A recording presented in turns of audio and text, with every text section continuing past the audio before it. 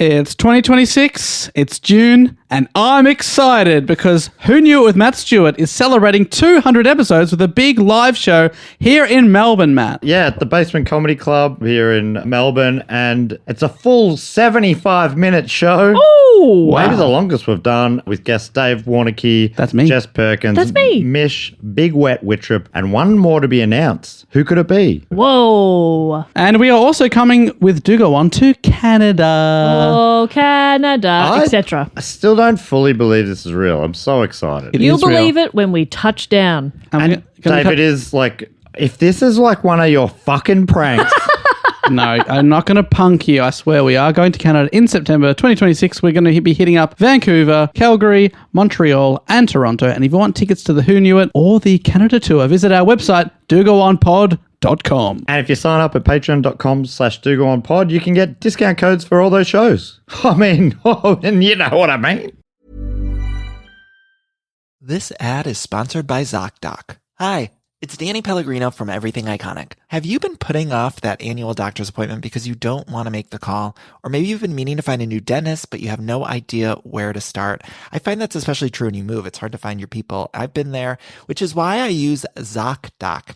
Now, as a busy podcaster, parent, and someone who's always juggling a million things, I love anything that makes life easier. And ZocDoc lets you search and compare local in-network doctors with over 250,000 providers across more than 200 specialties.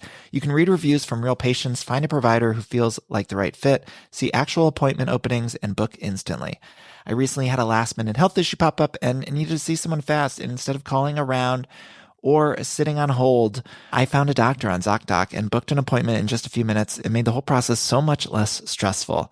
Now, taking care of your health just got easier. Download the ZocDoc app today. That's ZocDoc, ZocDoc, and book that appointment on your to-do list.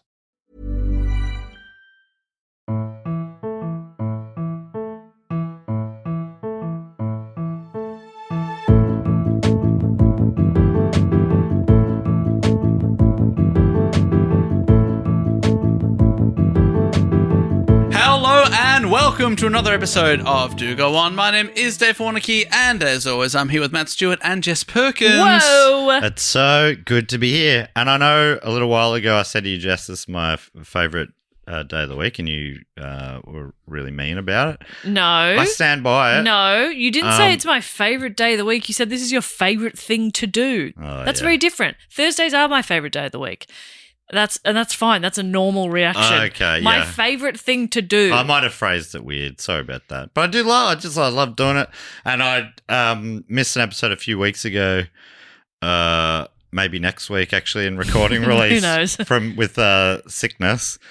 And so it's so good to be back. You even though missed I us. was You here last missed week. us, But is yes. what you're hearing. Yes. How confusing do you want me to start this episode? Hey, and we missed that confusing element that you bring to the show. Was it? Yeah. Everything runs too smoothly when you're not here. We need a bit of chaos. Yeah. Particularly you after a coffee, which is you now. Right now. Yes. Jess, can you explain to new listeners and me how this show works? Absolutely. So each week, one of the three of us researches a topic, usually suggested to us by our fantastic listeners, and they bring that information back to the other two who listen very politely and never interrupt.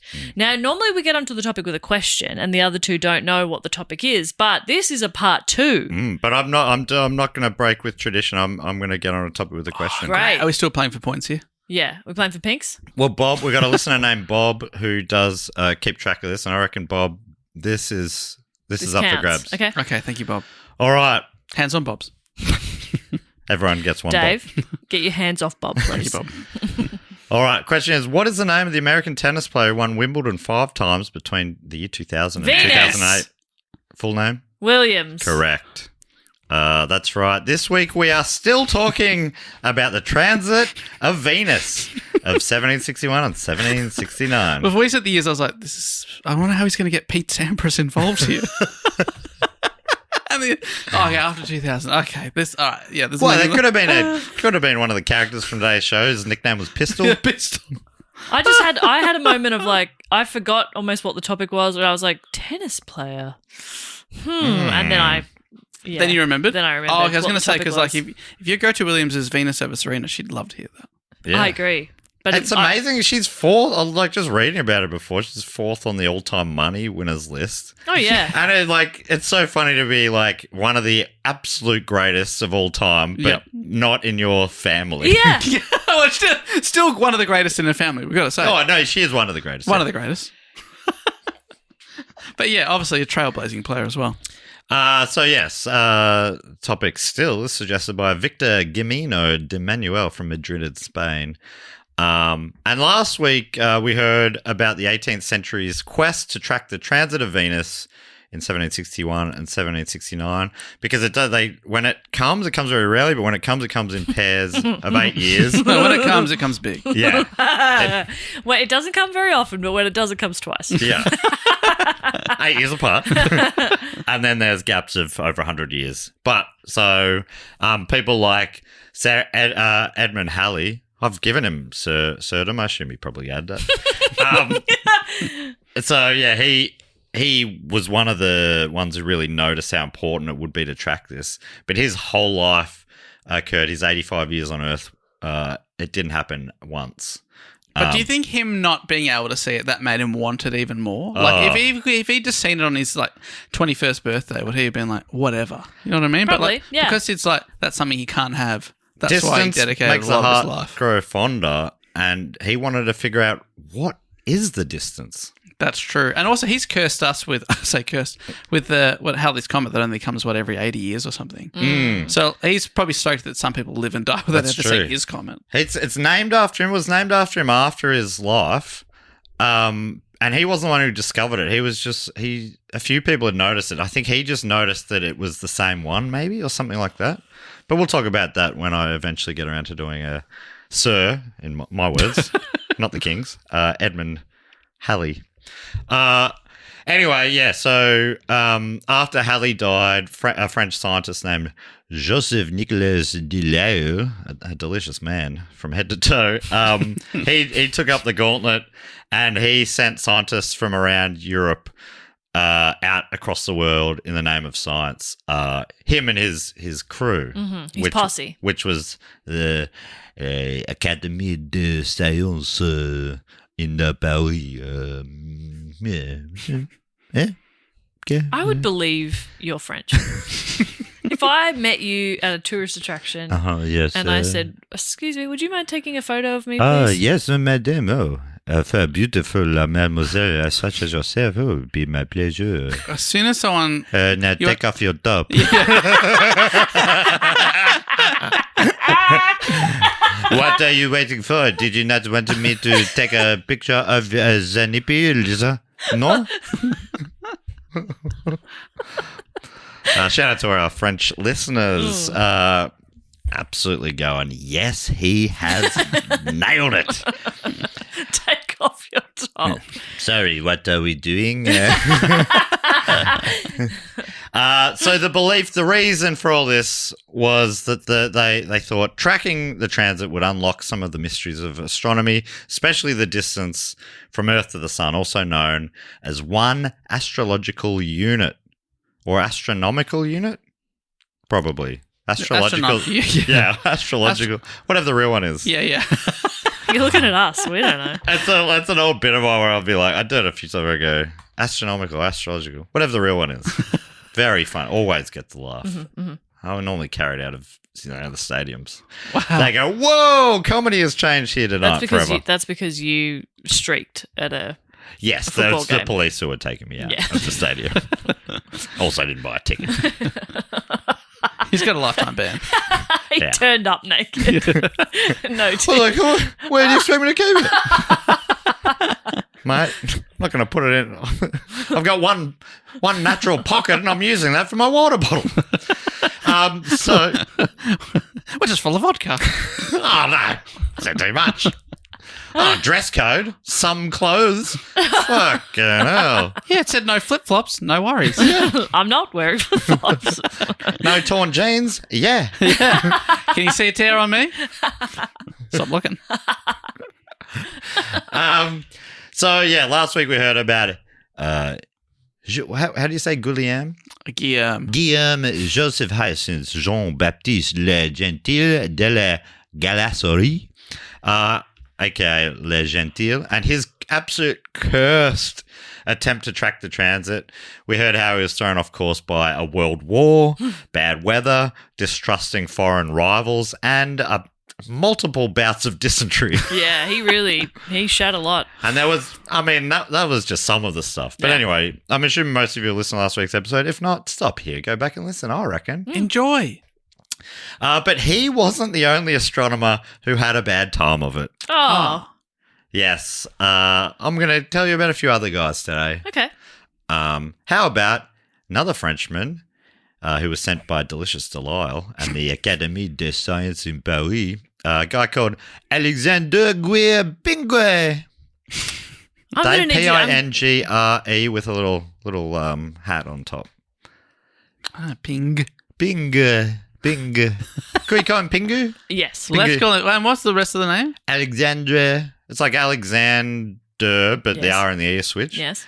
And G-U-I. Is that Guy? What do they spell G-U-Y? Because there was a tennis player when I was a kid This is coming. Here we go. called... What was his... It's Guy Forget. Yeah. Guy Forget. Yeah, it just looked like there's an Australian kid's like, Guy Forget? That's a bloody bonker's name. Anyway, Pingu. Let's call this guy. Pingu, yes. I'm sure that... What a beautiful tribute to the French astronomer. So he was he was keen to get involved as well. Took a while for them to pick a spot for him, but the Academy sent him to a place called Rodriguez, an island near Madagascar and also near Mauritius, or even, I think, technically part of Mauritius. And Funnily enough, last week we heard a lot about a guy being stationed in Mauritius. And Mauritius wasn't good enough. It wasn't good enough, but yeah. But this small island nearby is better. Why didn't our guy just go there? He did try to. He applied. He said, they were like, we've already got Pingu. It was a confusing thing. He was almost going to go there, and then he found a way to go to his Indian destination again. So he didn't. He didn't know that there was a guy going there. At one point, they were both going to be going there to Rodriguez. They need a group chat. Yes. Absolutely. How's the weather where you are? Not great. Okay, I'm coming over. Exactly. That's why. Actually, no, you come over to me. That makes more sense. The way this went, that's how they would have gone, oh, bad weather, great. I'll be I'm there in on my way." 5. Oh, I can't see shit. Great. I'm on Have my we way. done an episode about Krakatoa?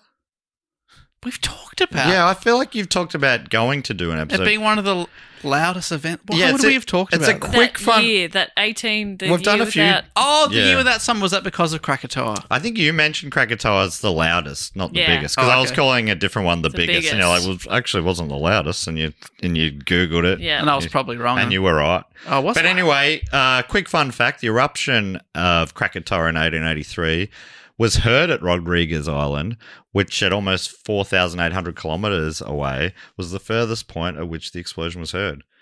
I mean, that's some bang. That's quite a bang. Anyway, as I said last week in researching the story, I read a book by Andrea Wulf titled Chasing Venus, The Race to Measure the Heavens. And in it, Wulf writes, the 48-year-old Pingu, who suffered from gout. Remember last week I told you about how I'm only talking a little bit about it, but she really talked about this guy's weight and how he loved food. Oh, this is this guy. Yeah, great. He suffered from gout and was an unlikely candidate for such a dangerous expedition. His heavy frame and chubby face hinted at his jovial nature and sensuous joy in the good things in life. But she doesn't describe anybody else's appearance. Yeah, it probably does a few, which I Yeah. did, but this one, I don't know, it really stuck out to me. I'm like, you've really got to be in your bonnet about this. But Yeah. this is one of the guys that there's a bust being made of him, and there's a few pictures. So I guess she's like you said, she's writing a book. I'm going to extrapolate I got a a bit pad. here. At one point, describing, she lists all the food that he knew was going to be on the ship. It's like, okay. All the food he knew was going to be on the ship. But he was really disappointed. She said that he found out that it was only going to be one meal a day. I'm like, anyone's disappointed by that. Yeah. That's not just because this guy likes food. That's a reasonable disappointment. Yeah. I'm pissed off at That's that. not enough. Yeah. What kind of cruise is this? You did say that she also had a list of all the alcohol so on it. Is it just a lot of lists? There's a few lists in there. So he was a polymath and an ordained priest who had studied and taught theology as well as writing about linguistics, music, poetry, and of course astronomy. Apparently he was a bit controversial in the church, and at one point he pissed off the powers that be, and he was sent off to some little shithole, but eventually worked his way back just with brilliance and It's stuff. the powers that be God. I guess so. I think it's somewhere between him and God. Yeah. I think it was like a human power. Yeah, right. Man, if God tells you to go, you'd be like, yeah. No worries. You know, I'm meant to be here. I'm not going to work my way back to town. Yeah. Like I say, most of the astronomers I read about, he didn't mind the booze either. He's quoted as saying, "Liquor gives us the necessary strength for determining the distance from the Earth to the Sun." Back in November, when Le Gentil was ill with dysentery in Mauritius, that could have been many different times, but one of the times, Pingu, was having a boozy farewell dinner with friends before setting off for the journey the following day. He was the guy who was like, I was really flattered to be asked. I was really excited. And then at this going away party, I could tell that my mates were, everyone's sort of having fun, but they're like, oh, good luck. Are you sure? And it was sort of just like, They're all crying because they're like, this is a farewell, as in forever. we're having a wake here. Yeah. Yeah, when he's like asked around the party and not a single person has heard of where he's going. God, I really thought all these educated friends of mine, you'd know where this is. What one of you? Yeah. Yeah. This geography professor I thought would know. Rodriguez on Island? That doesn't exist. So yeah, the next day when he arrived at his ship, things got off to a bad start. Would you believe? Because he arrived with his luggage, and like we talked about last week, they had to pack a bunch of stuff. There's a few crates, big luggage with important things for viewing the transit of Venus. The whole point they were leaving, and he was accused of overpacking. He was furious, saying that all of his luggage, telescopes, quadrant, and a large pendulum clock, as Dave calls the grandfather clock. I'm obsessed with them carting this thing around. He said they were all essential. Wulf writes, despite Pingré's protestations, the dispute rumbled on for weeks. The local clerks seemed determined that his adventure was not going to interfere with their rules and regulations. In the end, the Academy in Paris had to intervene, and after weeks of waiting, so he's there. He's on the dock. He's on the dock going, we got to go. And they're like, nah, you're not allowed to have this much luggage. Like a Jetstar person going, you're going to have to pay overs for this. Yeah. That's half a kilo over. So, yeah, the Academy had to get involved. And finally, he left on January the 9th. So he arrived in November. He didn't leave because they're like, too much luggage, mate. They just delayed the whole trip because of this one guy. Did he end up just wearing all his telescopes? Stuffing his pockets full. He was Flavor styled his clock around his neck. Yeah. Yeah, guys, I've got it down to a small suitcase. He's got a piano in his pants. Don't worry about that chord you can hear when I'm walking. Ding dong, ding ding dong. So yeah, finally he leaves, and there's only 4 months and 28 days until the transit. Oh no! Yeah, thinking about Le Gentil, how much time he left. He's already leaving it a bit finer, just leaving. But having heard Le Gentil's story, if you're gonna, if it's gonna be a disaster, spend that time at home before you go. Yeah. Have Christmas with your family. Yeah. Which he did. Once on the open sea, it didn't take long for the British warships to terrorise them. Remembering this is back for the first transit when the 7-Year War was still raging, especially between France and Britain, but there was a bunch of other European countries involved. But yeah, like Le Gentil, they were able to escape again. It seemed like it was tight again, and they were just able to get away, but zigzagging just to sort of hoping that the wind gets them away. And it's sort of like a Sydney to Hobart race, They go, fuck, if the wind doesn't pick up here, we're going to be cannoned to death. Crazy. Just like the Sydney to Hobart. Just like it. Putting it in terms you understand. Once free of the enemy, life at sea became monotonous, and he hated it. He was normally jovial, but Pingré did not have a good time. He hated the other passengers. He found them dull and boring, and at one point he said, I prefer no company at all than the company of these fucking losers. He didn't say it like that, but basically like that. I mean, honestly, same.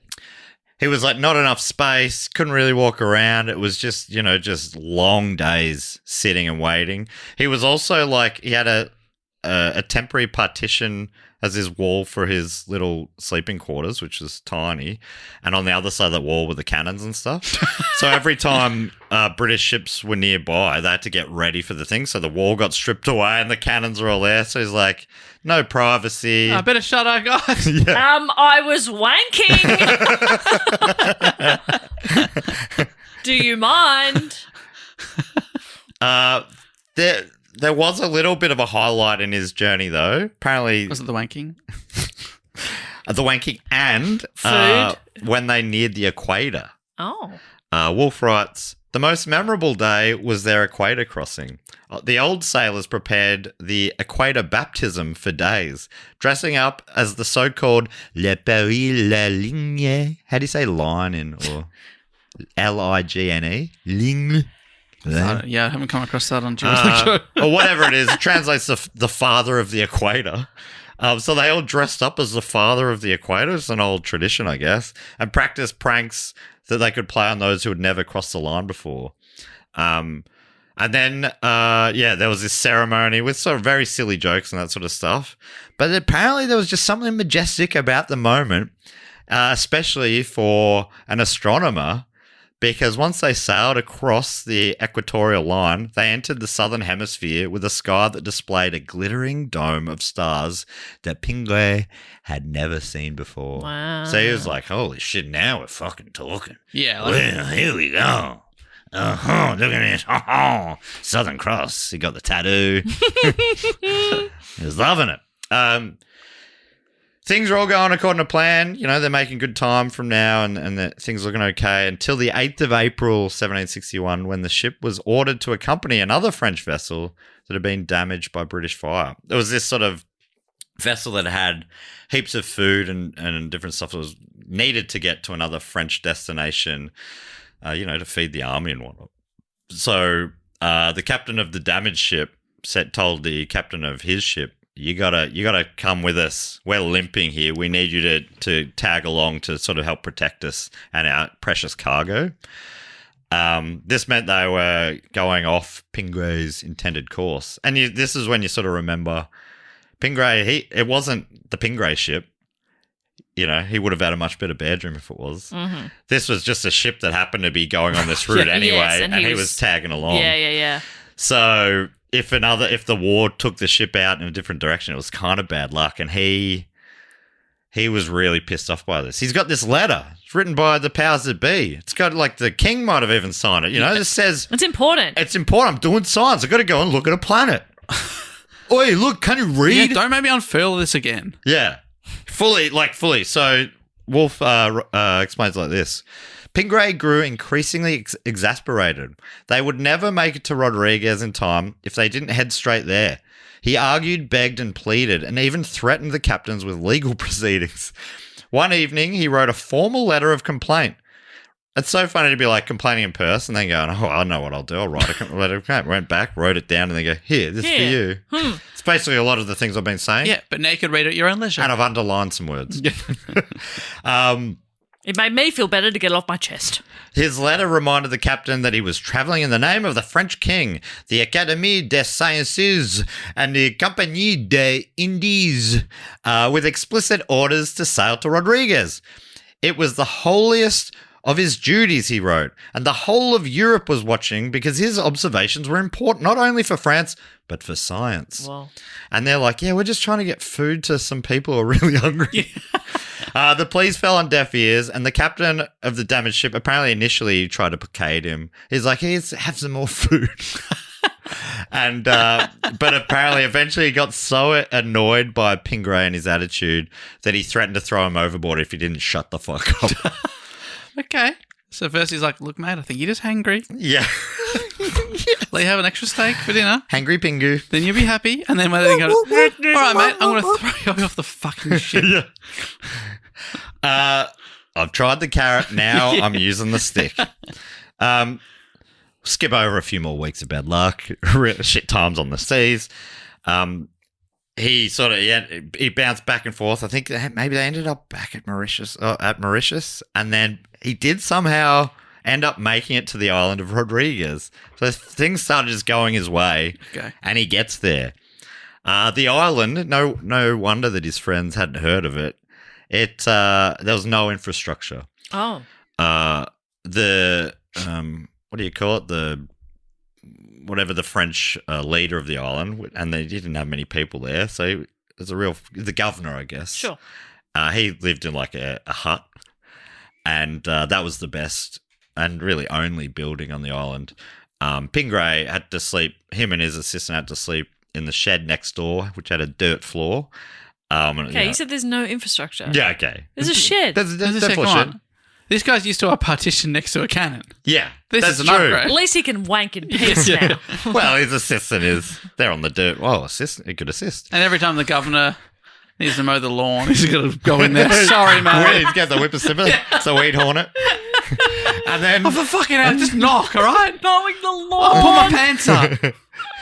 apparently, it's a bit rat infested as well. So Okay. there's pets. company. Yeah, So there are occupants. little mice and rats and stuff. He's just fucking contradicting himself. Yeah, he's got stuff happening. This sounds like a bustling metropolis. So France had taken this island, we were talking about it last week, colonizing European countries, going around going, I'll have that. Yeah. So they take it and keep it. They didn't really build anything on it because they didn't see it as Let's that not want anyone valuable. else having it. Yeah. And the reason for that was it's had a great turtle population. Why would they want an island that's just good for turtles? Well, apparently at the time they thought of turtles as some sort of cure for scurvy.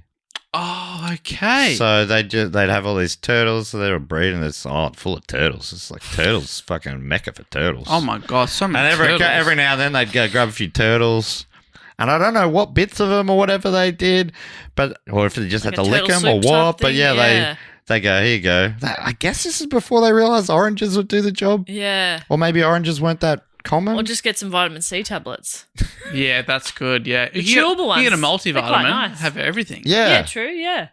Hmm. You probably end up pissing a lot of it out. Yeah, you but that's don't all need I right. it. find the same when I have turtle stew. Piss it out. My piss is green. Yeah. Most of the nutrients of the turtle just go straight out. Yeah, I think it's mostly in the shell. I like turtles, but only some of them. Okay. Oh, which turtles do you not like? You don't like those ones with like red and stuff on them? Is that what you're talking about? I love a sea turtle, Oh yeah. but other type of turtles, I'm like, Okay. you're I fine. think I like most turtles. Yeah, I'm a turtle man. Yeah. I'm having a look. Maybe I like Donatello? turtles. Most that are coming up are sea turtles, and I'm like, fuck yeah, I love Do you those. remember years ago we talked I did an episode, it was a two-parter, about Floriana Island. Ah. The first half was about people that had sort of been shipwrecked around there. Yep. And that their big thing was that they took a bunch of like Galapagos tortoises with them because they kept them alive in the hull, and then when you needed to eat one, like they'd swim around under there, Oh. and then you grab one out, eat it, and then And you they're have in a food on the ready-made road. There bowl. you go. Flip And them over. Yeah, Grab and you a think that knife and fork. they're getting rid of scurvy. Like these kind of like, that's a snake-necked turtle. Like the small turtles. I don't like the small They're guys. fine. What about the tiny little ones that are about the size of a matchbox? Okay, They're that's very kind of cute. They're very Moorish, I find. Yeah. But a sea turtle? Oh, man, I love Jess a sea doesn't like turtle. the ones that looks like a snake's head poking out. Yeah. But I love a sea turtle. Yeah, okay. And what about tortoises? I think tortoises can Which go one fuck is themselves. it? A turtles tortoises or a tortoises turtles? Because one of them's like Everything. yeah. And then Doesn't matter though, does it? The tortoises, I think, are the ones with the legs, and the They got a turtles chunky with the foot. flappers. Yes. Correct. Anyway, that's why Rodriguez the island was in under right. French control. 'Cause it's they a were great turtles. stop off, and you can just feast on turtles. And Pingré, he's there. He's at this spot, which is meant to be another one of the good spots, an important spot for them to track the transit. Things are looking good. He made it in time too. Even though he's in time, I think with like a week or something. He didn't have lots of time, but he was there beforehand. Okay. Wulf writes, he found a location in the north of the island from where to view the transit. But it was too late to build a proper observatory. Instead, he placed some big boulders in a circle and constructed a small hut to house the instruments. It was so crudely built that it gave little protection from the wind, dust, and animals. The instruments had already suffered from the long sea voyage, with some being eaten by rust, Pingré moaned. Hectically polishing and greasing them with, you better believe it, turtle oil, which was the only lubricant available. He was like, I've got to get these as ready as I can because they're all sort of a bit manky now. Lucky the shed was full of that lube, though. Yeah. Oh, it was Lucky for lubed at right least up. 2 reasons. Yeah. Over the next few days, the French astronomer prepared his instruments and observed the movements of Jupiter's satellites. He had to set the clock. So it's such a wild thing, to go, I got to set the clock. All right, where's Jupiter? I was imagining for some reason that they've got to keep this clock going the whole time because it's set when they leave. But no, it's more like they do have a way to rejig it. That's right. And they've got to get there, figure out where they are based on, you go, all right, so there's Jupiter there, it's satellites, we know where they are at this specific, just to me, super impressive stuff. Yeah, it sounds like another language, doesn't it? All right, if Jupiter's there and I'm here, then that means, what? What? So he's able to set the clock, but this was made all the harder because rats had chewed through one of the pendulums in the clock, which were one of the key bits of the clock. It was a pendulum clock. They don't put pendulum in the name if it's not an important. But luckily, that's true. He's still got clock. Like alarm clock. Yeah. The important part is alarm. Alarm. Yeah. Cuckoo clock. Doomsday clock. It's crazy. Yeah. Etc. But despite everything, when transit day came around, he was ready. Sitting there amongst his boulders in like a real Fred Flintstone style observatory. But unfortunately, Rodriguez's weather was not kind. It was rainy and overcast, which is bad because he can't see it, but also bad because his shelter sucks. So he's in there like getting rained on. And he was not able to see Venus begin its transit, but in the hours that passed, the clouds cleared and he was able to view and record its exit. Something. Pretty, and so far in 1761, the best we've heard so far. Yeah, that's true. He's got something. But yeah, so that in the end, his transit was great. After that, not so great. This is from, I found this great Professor Richard Poggi, or Dick Pog, as I think we called him last week at times, from the Ohio State. You did. Oh, I thought we did collectively. I would never. I have great respect for Professor Poggi. I just call him the prof. Professor. Very professional. Yes, he's a professional.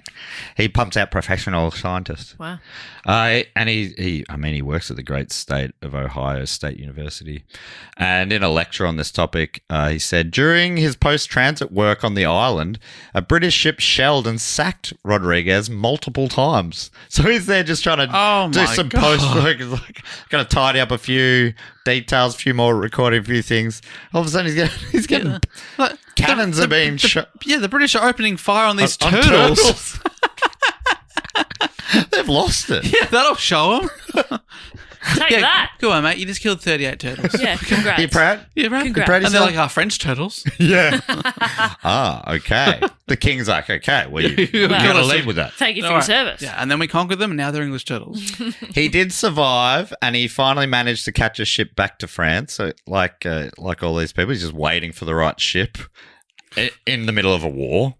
You're like, are you going? His thumbs up at the port. Hey, you going? He's holding a sign that says England way? France. Yeah, or France, sorry. Going France way? Probably doesn't want to go to England, does he? No, probably really doesn't want to go. Really doesn't want to go there. What a mistake you made. He's been spending too much time with the turtles. Why do you write the wrong country on this? It's ridiculous. Is he a scientist or not? Oh, wow.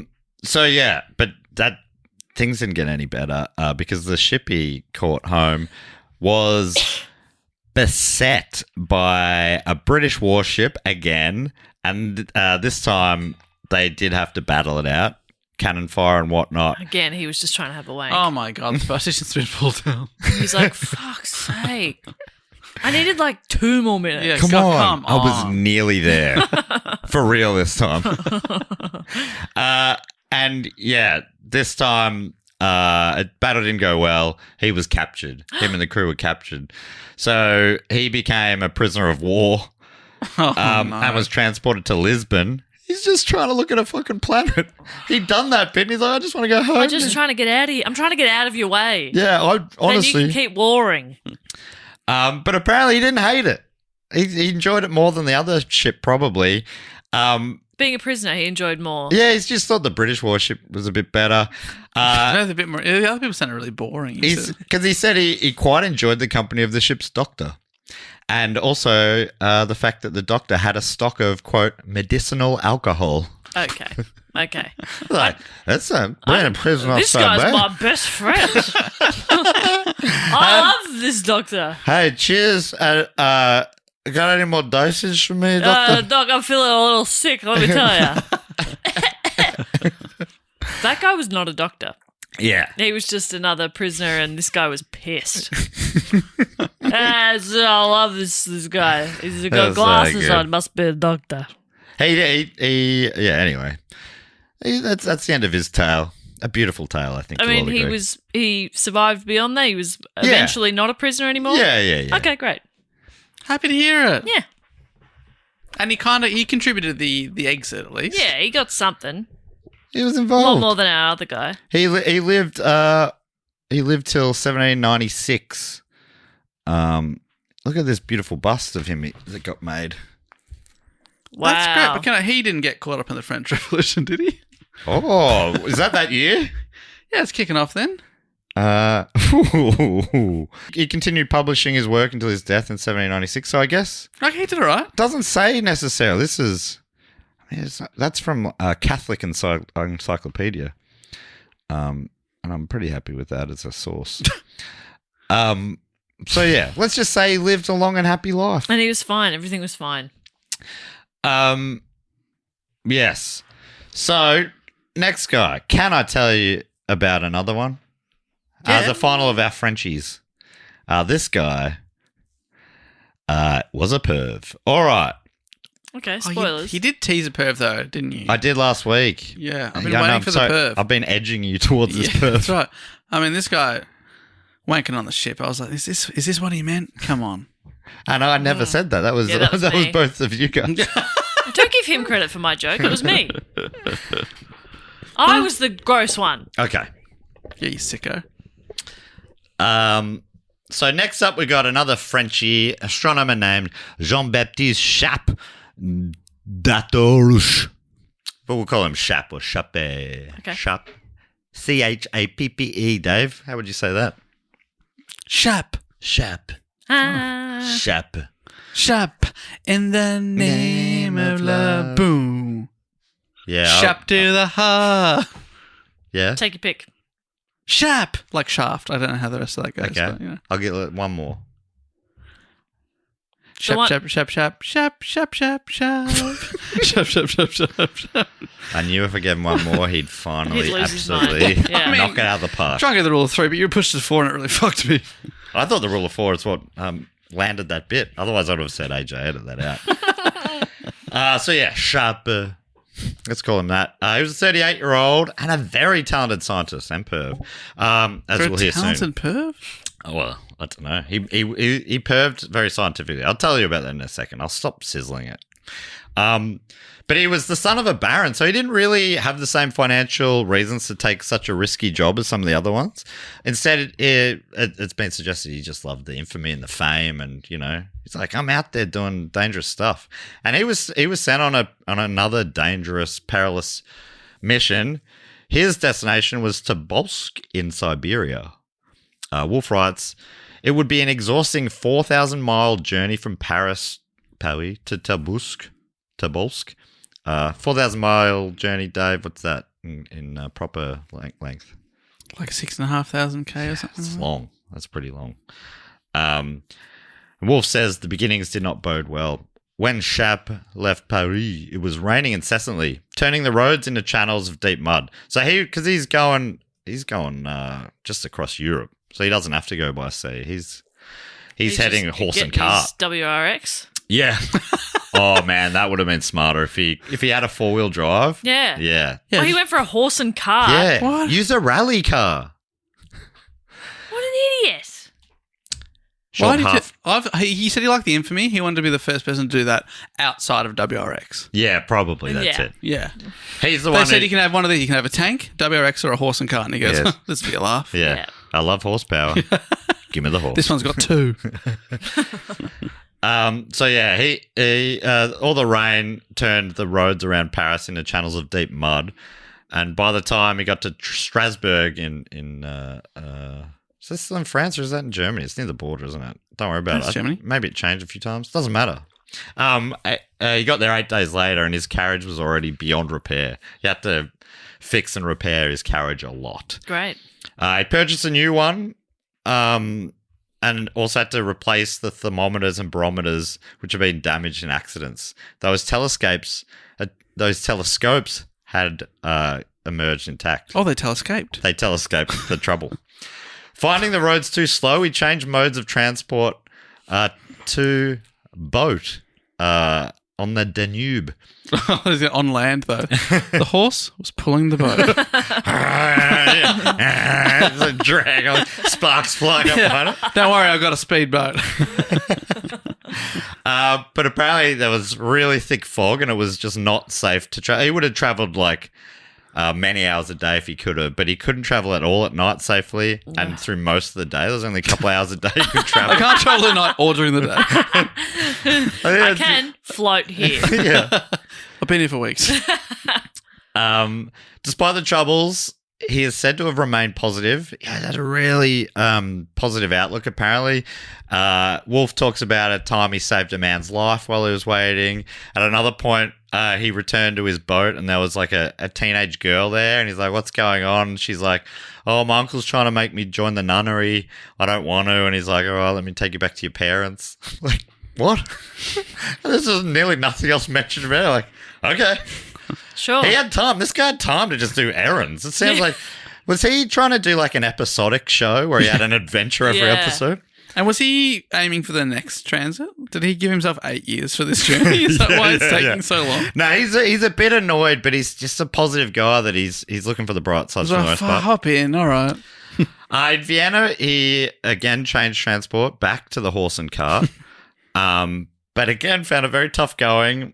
And on the 10th of January, so this is middle of winter, and so it's very rough conditions. And his carriage crashed into a ditch somewhere in what is today's Czechia, Czech Republic. Is it Czechia? I think I say Czechia. Sorry, Czechia. With icy water seeping into his clothes and shoes, and those around him as well. He and his team recovered the luggage from the stacked carriage. They couldn't move the carriage with the luggage in. They had to take the luggage out. Then they were able to get the carriage back onto the road, get it repaired, then put the luggage back in. Oh, my gosh. All with, like, freezing feet. Yes, exactly. But it sounds absolutely awful. This one, maybe, they're all awful in different ways. But Yeah, good question, Jess. Would you rather, because you hate being on the seas, but at least you're going somewhere tropical, I guess, and like near the equator, or would you rather go across the icy? And I stuff guess like- this one you're stopping in major cities along the way as well. More probably frequently than you would be at sea. Yeah, but I do hate the cold. And I don't it's cope so very well. cold. This is like Russian cold. And you're just like, in a carriage just rocking side of rocking in feeling the every carriage isn't bump. much better. Yeah. I'd probably prefer to kill myself. I think. Oh, that's not an option. Yeah, I think I'd be. I will say, I didn't put it into these terms, but seeing as Jess is being pretty cavalier with that kind of language, the guy he saved was a guy who was trying to kill himself. I see. He was trying to he was trying to jump into the Danube and he stopped him. So he's got all the team's got all the luggage back on. Wolf writes, hearing the clinking sound of glass as he moved the luggage back on, he knew something was broken. And that night, Chappe, who was usually gregarious and optimistic, allowed himself for the first time to contemplate defeat, saying, I begin to fear that we should not reach Tobolski in due time. This is his writing Dear Diary. But they repaired the carriage and they forged on through the icy cold conditions. Multiple more crashes. Like all these little stories could have easily been hour and a half reports in themselves. So I'm sort of skipping over, but just know that every little bit, it's like, I'm just skipping over many, many stacks. Feels like many every day Yeah. sucks. Yeah, 100%. as the Descendants once sang. Multiple more crashes occurred as the weather deteriorated. It was horrible. And he's getting closer and closer to Siberia. So, the weather's getting frostier. Wulf writes, much of the way through the mountains, they had to walk because the horse and cart just wasn't working on the road. So they had to sort of walk and trail it. They would often slip and fall and were soon covered in bruises. Sometimes strong winds blasted clouds of snow high up in the air, whipping the flakes into frozen pellets. The coachman, the guy at the fronting the horse and cart, was out external, and so he was copying it all. And apparently, this is what written in his diary. Apparently, in the end, could not stand it, and he ran away. Just off into the snow. It just feels like a comical way for someone to quit their job. I'm just going to run away. I'm just having done. a piss. Just running. Yeah. Yeah, it might be sometime. God, he's really really trying to get some distance. Obviously, I need some privacy. Oh, nope. No, he's jumped the fence. He's not coming back. Maybe, just warming up the limbs with a little jog. Yeah, sure. It's getting smaller and smaller. It is. Eventually, it was just a small dot. I'm sure he'll be back any moment. So, I reckon that would be pretty disheartening. Watching your driver run away. Yeah. Ah, fuck. But I'm skimming through a lot of the arduous details. But it's fair to say it was brutal. At times, apparently, the snow was so deep that you could only see the heads of the horses bobbing out the top. Also, my God. I bet if the horses could, they would have run away as well. Because that is awful I think they're trying to. Yeah. Yeah. God, that's still behind. He's following me. Can't lose them. So how did Chappe deal with the frustration of all the delays? Well, apparently he basically scientifically studied local women. Wulf writes that he would examine the women he met along the way with the taxonomic precision of a scientist. He's got a T-shirt that says FBI female body inspector. Hey, ladies, just doing a routine check. Clipboards out. Yeah. What do we got here? What are he's got a measuring what tape are the out. measurements? Yeah. Okay. Ooh, This arms falls up. under my jurisdiction. He compared, examined, and categorized. In one village, he measured their petticoats. And in another, I don't know if he's What? actually going up to them or if he's doing it by eye line. Yeah. I really thought this was just a euphemism, but he's actually scientifically studying these people. Yes. Yeah, he's Oh. not just going around. Somehow this is even weirder. Yeah, it is really. It's one of the weirder things I've come across. Yes, he measured the petticoats in one village. In another, in his diary, he declared the ladies strictly virtuous. No matter how cold or exhausted he was, he remained a connoisseur of the female sex and remarked appreciatively of their sparkling eyes and their, quote, slenderness of their waists. Yuck. Anyway, I am a connoisseur of looking at women. Okay. Anyway, when he wrote, it's like, bro, just talk to him. Yeah. Or don't. Yeah, I mean, I reckon, think it probably might even be maybe preferable. he tried at one point. He's like, yeah, I don't want to. Anyway, I'm a scientist. I want to study Oh, you. not for anything weird. I just want to study you. Yeah, I don't want to measure your skirt. What? And your tiny little waist and your sparkling eyes. I just What? want to look at you. What? Oh, now I'm weird. Yuck.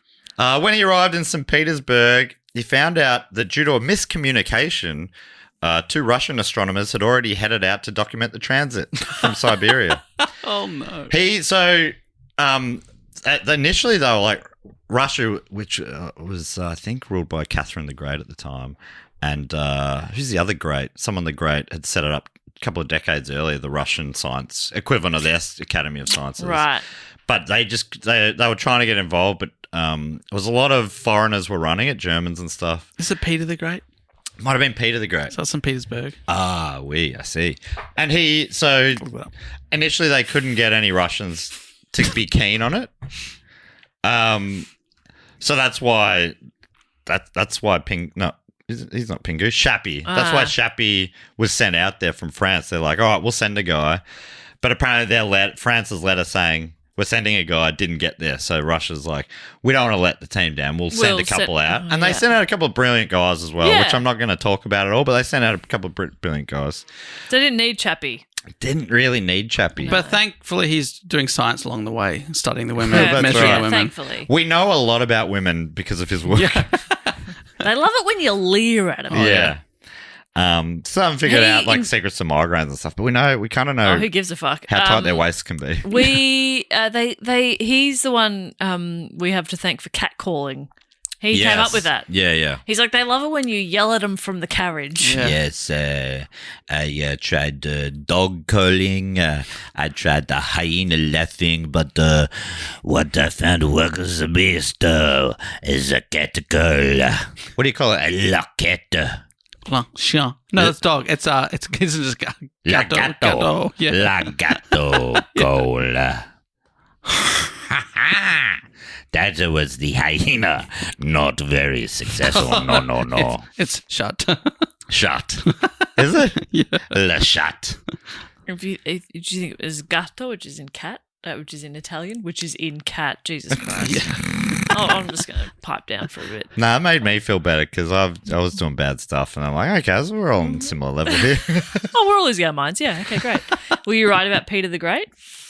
Yes. Because I had a moment, because he said, was it Peter the Great at St. Petersburg? And I was like, he's going to look this up because he can't be wrong. I mean, I can't be And wrong. no, wait, but then he didn't open his laptop and I thought, oh, we've made some progress. And then I heard him go, we'll look that up. Yeah. No, yeah, Cogs, okay. the cogs are going. You can Yeah. see them whirring. I only look it up so I can say, all right, everyone, I don't have to send the tweets because yeah. I just looked it up and that guess was wrong. But Oh, who that was guess it? was correct. No, it that was right. guess Yeah. He was the one who set it up about 20 years earlier. Oh, I just looked up Peter the Great is like one of their Around that famous time. emperors, Yeah, and yeah. he is the namesake for St. Petersburg. But, Right. But I think he was a lot earlier than Catherine the Great, so maybe it is. How many greats can one country have? Mm. I mean, anybody could just call themselves the Great. Think about that. Oh, my God. But for it to catch on, it's hard to give yourself a nickname. Yes. But if you pay sycophants around you to start saying, I was like, oh, hey, Yeah. Catherine's pretty You great. thought about paying people? Okay. Mm. Do people like to be paid? I think so. I don't think they mind it. Okay, I'll do it. Yeah. Pay people to call you Cobra. Where do I get the money to pay? That's up to you. Okay. I can't spoon feed everything to you. You got to figure something out. But I do love to be spoon-fed. I know, but Mush. and I enjoy it too. But sometimes I've got to let you fly a little, push you out of the nest. You know what I mean? We've just lost Matt for a bit. Matt, what are you looking up there? I'm just trying to figure out if what I thought was wrong. Peter the Great established the academy in 1724 with guidance from Gottfried Leibniz. So yeah, hopefully all what we said was right enough to not be annoying to anyone. That's never been true of a single episode we've done. True. Right enough. So It's right enough. why now would we give a shit? Well, I think just a few less people will be annoyed just because they know. Like, I think it's Right. more annoying when people say stuff and don't even seem to consider that they could be wrong. But if you're at least going, I know I mean, I'm who not am I always to say, yeah. perfect. They go, okay, as long as he knows. Because he really comes across like a guy who thinks he's always perfect. Yeah. They're talking about Dave in that case. Too real. Sorry about that, Dave. I don't think. I know. To quote Emmanuel Macron. This podcast is brought to you by Squarespace. Squarespace is the all-in-one website platform designed to help you stand out and succeed online. Whether you're just starting out or growing your business, Squarespace gives you everything you need to claim your domain and showcase your offerings with a professional website. Now, let me talk about one of those things you might need, Jess. That could be Squarespace's collection of cutting-edge design tools. Not that you're not a cutting-edge design tool yourself. But anyone can build a bespoke online presence that perfectly fits their brand or business. For example, you could start with Blueprint AI, Squarespace's AI-enhanced website builder, to get a fully custom website in just a few steps. Squarespace also offers a complete library of professionally designed and award-winning website templates with options for everyday use and category. Jess, it's easy and intuitive. No experience required. Perfect. And these days, it's all about video. And Squarespace makes it really easy to showcase your expertise and engage clients with video content all over your website. Upload and organize your videos, create stunning video libraries, and even monetize your content by adding a paywall, which is perfect for online courses, exclusive tutorials, and premium workshops. Let me ask you, if you were to do an exclusive tutorial and Yes. teach someone something, what would you do? How to annoy Dave Warnicky in 3 easy steps. Oh my God, I need to subscribe. Head to squarespace.com/do-go-on for a free trial and to save 10% off your first purchase of a website or domain. That's squarespace.com/do-go-on. This ad is sponsored by ZocDoc. Hi, it's Danny Pellegrino from Everything Iconic. Have you been putting off that annual doctor's appointment because you don't want to make the call? Or maybe you've been meaning to find a new dentist, but you have no idea where to start. I find that's especially true when you move. It's hard to find your people. I've been there, which is why I use ZocDoc. Now, as a busy podcaster, parent, and someone who's always juggling a million things, I love anything that makes life easier. And ZocDoc lets you search and compare local in-network doctors with over 250,000 providers across more than 200 specialties. You can read reviews from real patients, find a provider who feels like the right fit, see actual appointment openings, and book instantly. I recently had a last-minute health issue pop up and needed to see someone fast. And instead of calling around or sitting on hold, I found a doctor on ZocDoc and booked an appointment in just a few minutes. It made the whole process so much less stressful. Now, taking care of your health just got easier. Download the ZocDoc app today. That's ZocDoc, ZocDoc, and book that appointment on your to-do list. There's 2 Russians already out there who'd gone a little bit ahead of the time that he Right. got to St. Petersburg. That is And annoying, but at least you don't want to get all the way there across Siberia and then go, what? You're already here. You've already Yes. built the fucking planetarium. Yeah. or But remember- observatory. Planetarium. Guys, you built a planetarium. We need an observatory. It's the wrong thing. Oh, but this Oh, but look projector's at it. pretty good. Yeah, it's pretty sick in here, actually. I can show you the transit anytime you Yeah, like. we could do it any minute of the day.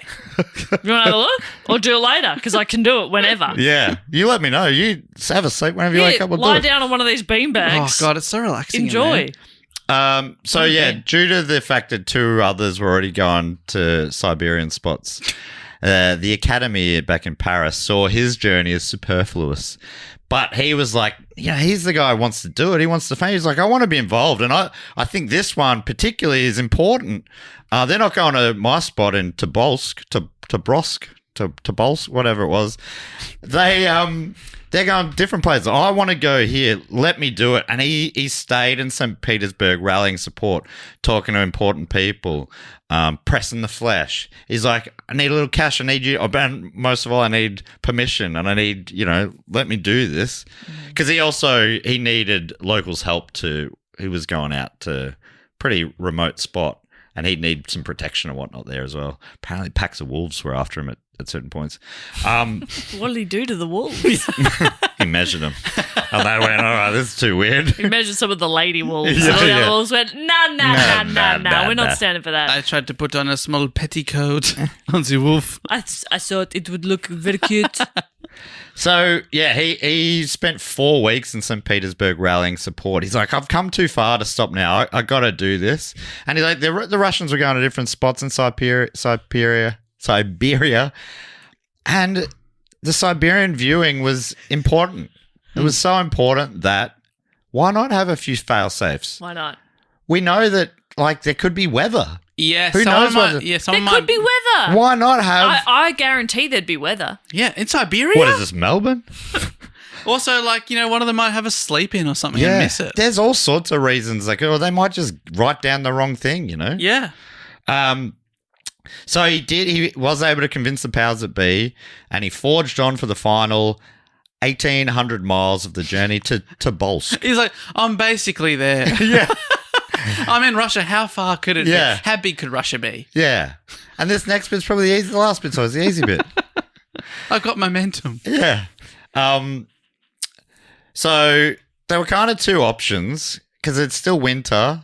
Obviously, it would if he left 4 weeks earlier, it would have been easier because winter's moving on and the ice is starting to thaw, which you think would be good, but it just leads to slop. Yeah. And rather than travel on the roads, which were a mess, they found it quicker to travel on the frozen rivers.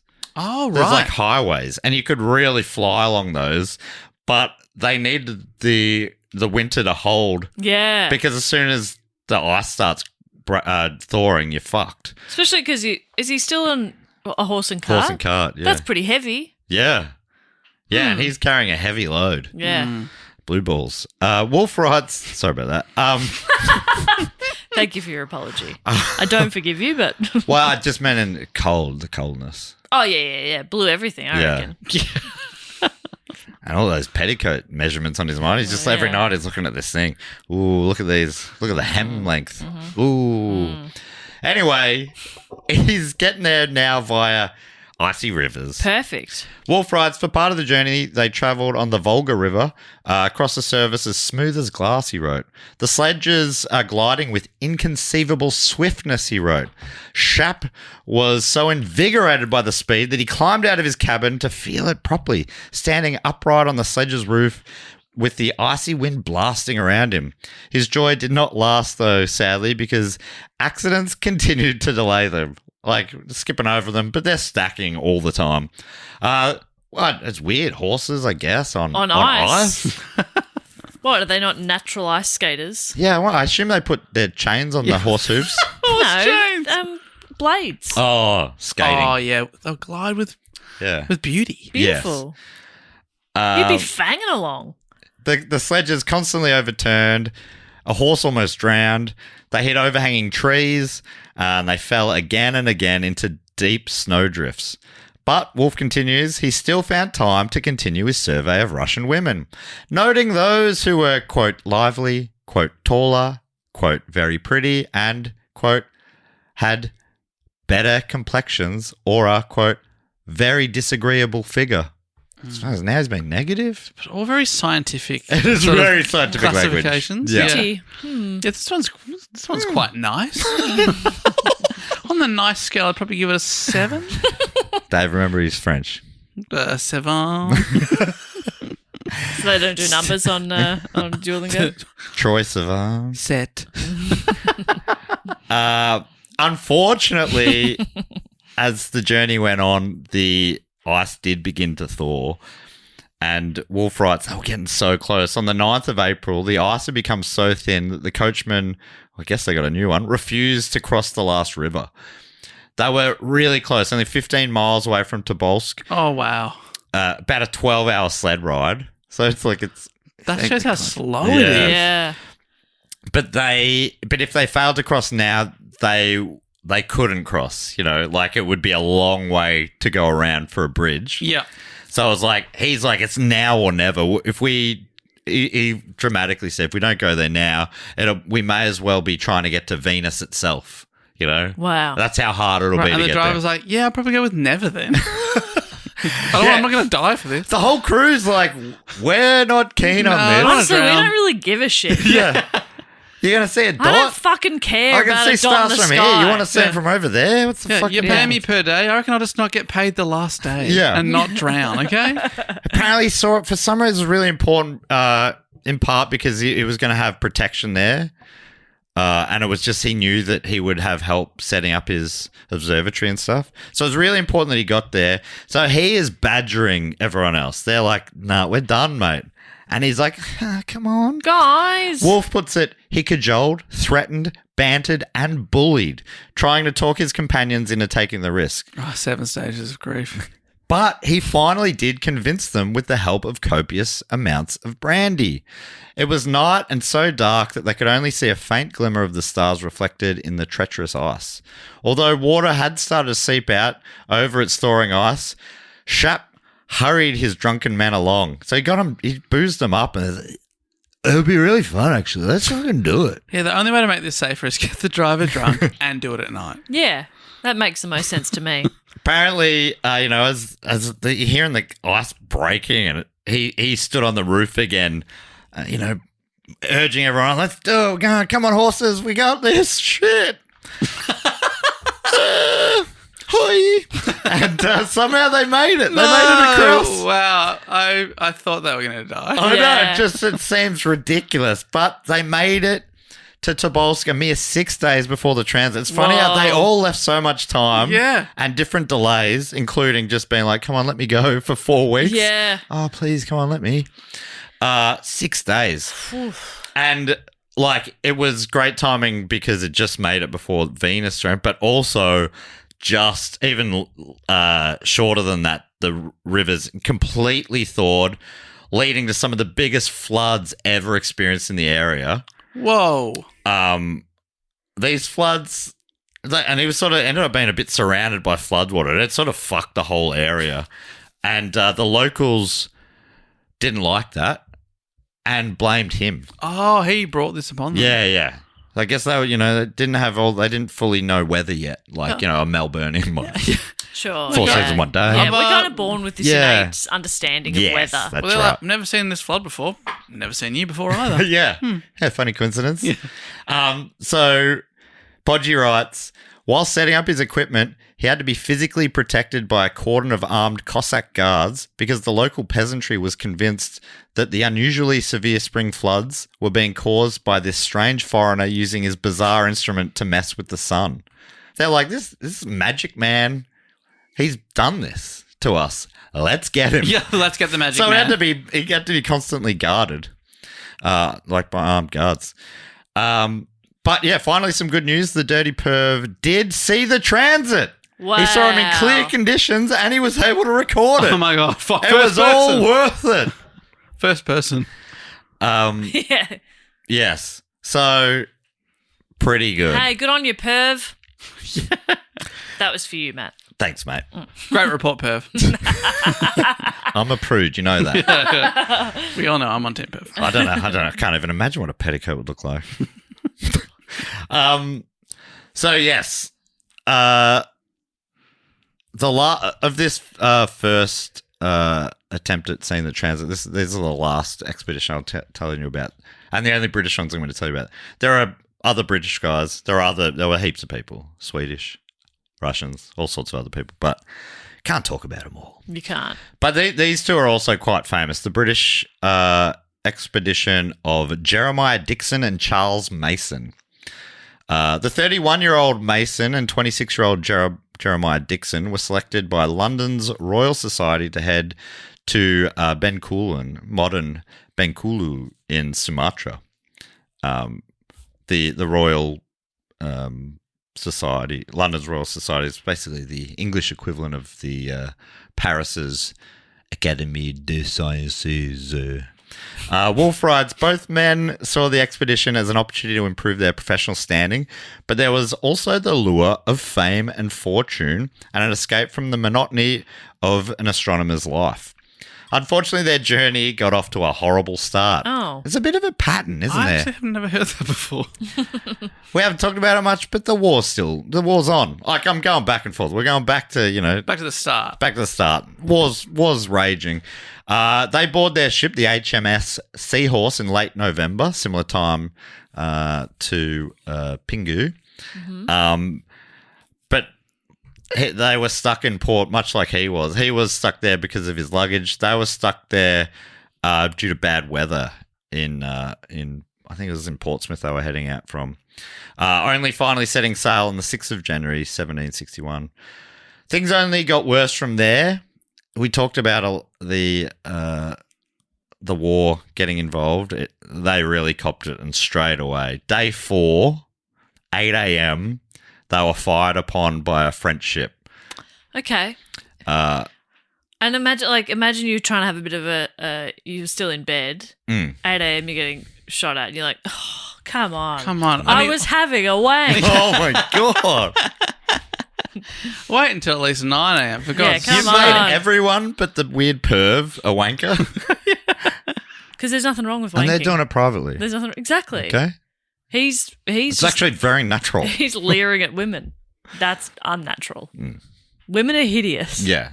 Don't look at him. And he had to leer at him to figure that out in the end. What is that beast? It's unpleasant to the eye. Ugh. Let me note measure that down. I better measure that beast. Day 4's brutal, but also like, I don't know, I guess turn back.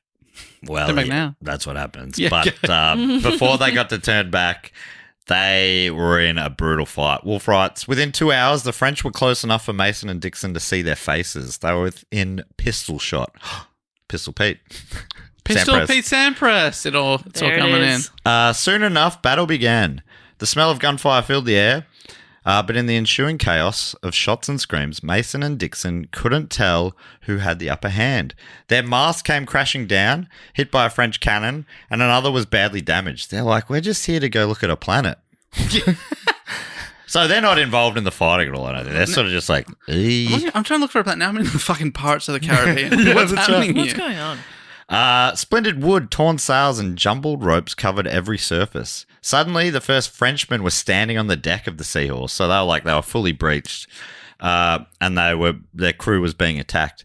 The planks, which had been scrubbed clean in Portsmouth just a few days earlier, were now stained with blood. Whoa. Wolf writes. And they're just standing there with their letter going, hey, we're not with them. Yeah. We're cool. We're Yep. cool. We're cool. And they just wanted to get away from the monotonous life of an astronomer. And they've gone, we've gone too far. No, I actually wouldn't mind We the monotonous overshot. life. Yeah. I love my boring life. I've overcorrected. I hate this. This is too full on. As the fighting raged back and forth between the French and the British, Mason and Dixon were certain that their lives were over. Wulf continues, though the French had at least double the number of men, the British were not giving up easily. Pressing forward one by one, they regained control of their ship, driving the French back to their own vessel. At noon, after a battle that had lasted little more than an hour, the French retreated. Their commander was dead, along with half of his crew, so it was a super bloody battle. But Wulf says there was little cause for celebration on the English ship either. 11 men lay dead and 42 were wounded, many of which mortally. So Whoa. it was a very bloody battle and a lot of people died on both sides. But you understand this. What both sides gained was nothing at all. Yeah. So I think some people sometimes talk about, war, what's it good for? Absolutely nothing. Well, I mean, I'd tell them this story. And say, That's right, huh? What about this? Yeah, sometimes heaps of people on both sides die Yeah. for absolutely no gain. And both of their things get damaged. Yeah. Sometimes we damage a lot of property Yeah. and take each other's lives. Yeah. And that's enough. Yeah. Isn't that enough? Come on. People don't get war. I don't think they get What war. are they there for? Yeah. Absolutely nothing. It's got to be, there's more to it than that. Yeah. It's got to be something. And that was something. Yeah. Edmund Starr, what is your song good for, if that's your name? With the ship so damaged, the captain decided to head back to Portsmouth for repairs. I mean, the other option was like, no, we'll forge on. Keep going. Yeah. Oh, what? We needed a mast? We need a what? What do we need? A crew? A functioning crew? Just throw them over the side and let's keep going. Yeah.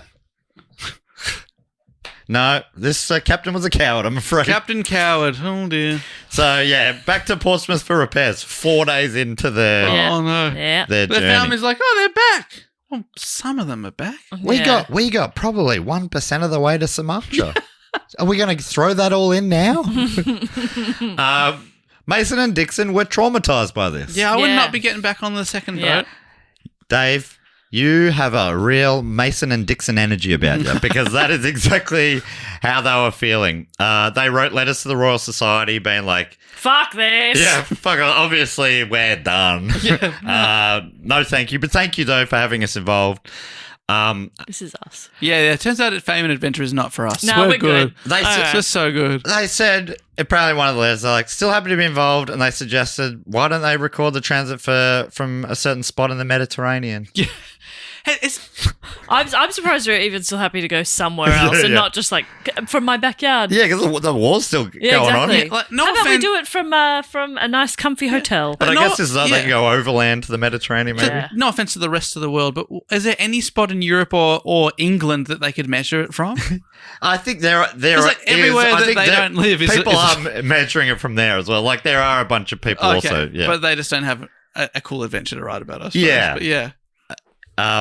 Yes. They needed variations. That was a big thing. And a variation wasn't big enough to be like one in Derby and one in Yeah. Manchester or whatever. Yeah. Now they're like, no, we'll just have a backup one from London, I think. Yeah. Yeah, there's a just in backup. case. I'll head down the Cotswolds. Yeah, I'll do it from the Cotswolds. Oh, put my hand up. Yeah, I'll go Cotswolds. Sorry, I'll get a little cottage in the Cotswolds. I've got a little sublet there.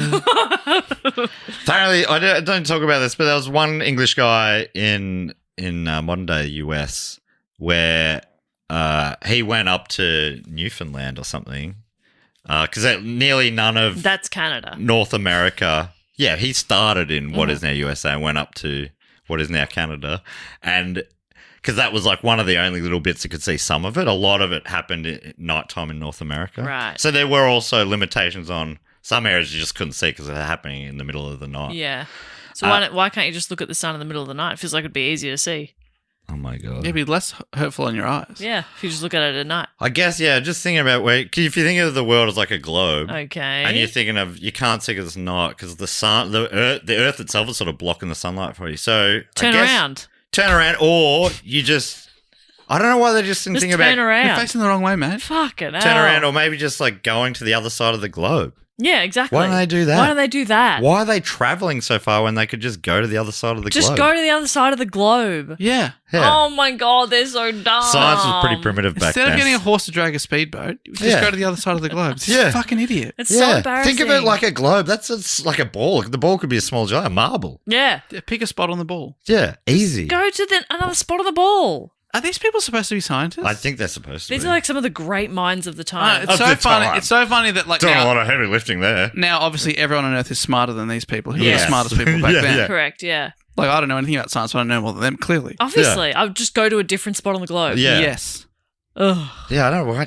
Why are you getting a boat involved? Jesus Just Christ. go there. Oh, it's nighttime. Okay, we'll wait for the daytime. Yeah. Wait a little bit, okay? That's That's how it works. infuriating. So yeah, they've written letters. We're not gonna go to so much after all. Okay. To put it politely, you can fuck off. We've just remembered we have something on. Apparently We they. can't possibly. That's Oh, there's a clash. brother's getting married. Yeah, I've got a clash. But apparently it's like they did the equivalent. They were so freaked out. They did the equivalent of bombarding with texts and calls that weren't getting answered because they were letters. So they're writing multiple letters to the Police write back. yeah to the academy. They're now they're in the not too far not the academy. Sorry, the Society of Royal Society. We're in Britain now. Yes. But they're back in Portsmouth writing letters to London. Not that far away. Yeah. But just hectically to anyone they can think of. Oh, and Panicking. another thing. I just had another thought. Yeah. In one letter, they wrote that they wouldn't go anywhere else. Let the consequence be what it will. They're like, you just can't make it. So, they're obviously also like in a hotel room, like G'ing each other up. Like, Yeah. that was fucked. Yeah, that was real. I thought I was going to die. I thought you were going to die. They can't make us go anywhere. They can't even care what You're they right. want to do. Consequences be damned. Yeah. It is us. Write that down. Write that down. Getting ourselves really worked up. You're right. You've got the right to be scared. We went through a traumatic event.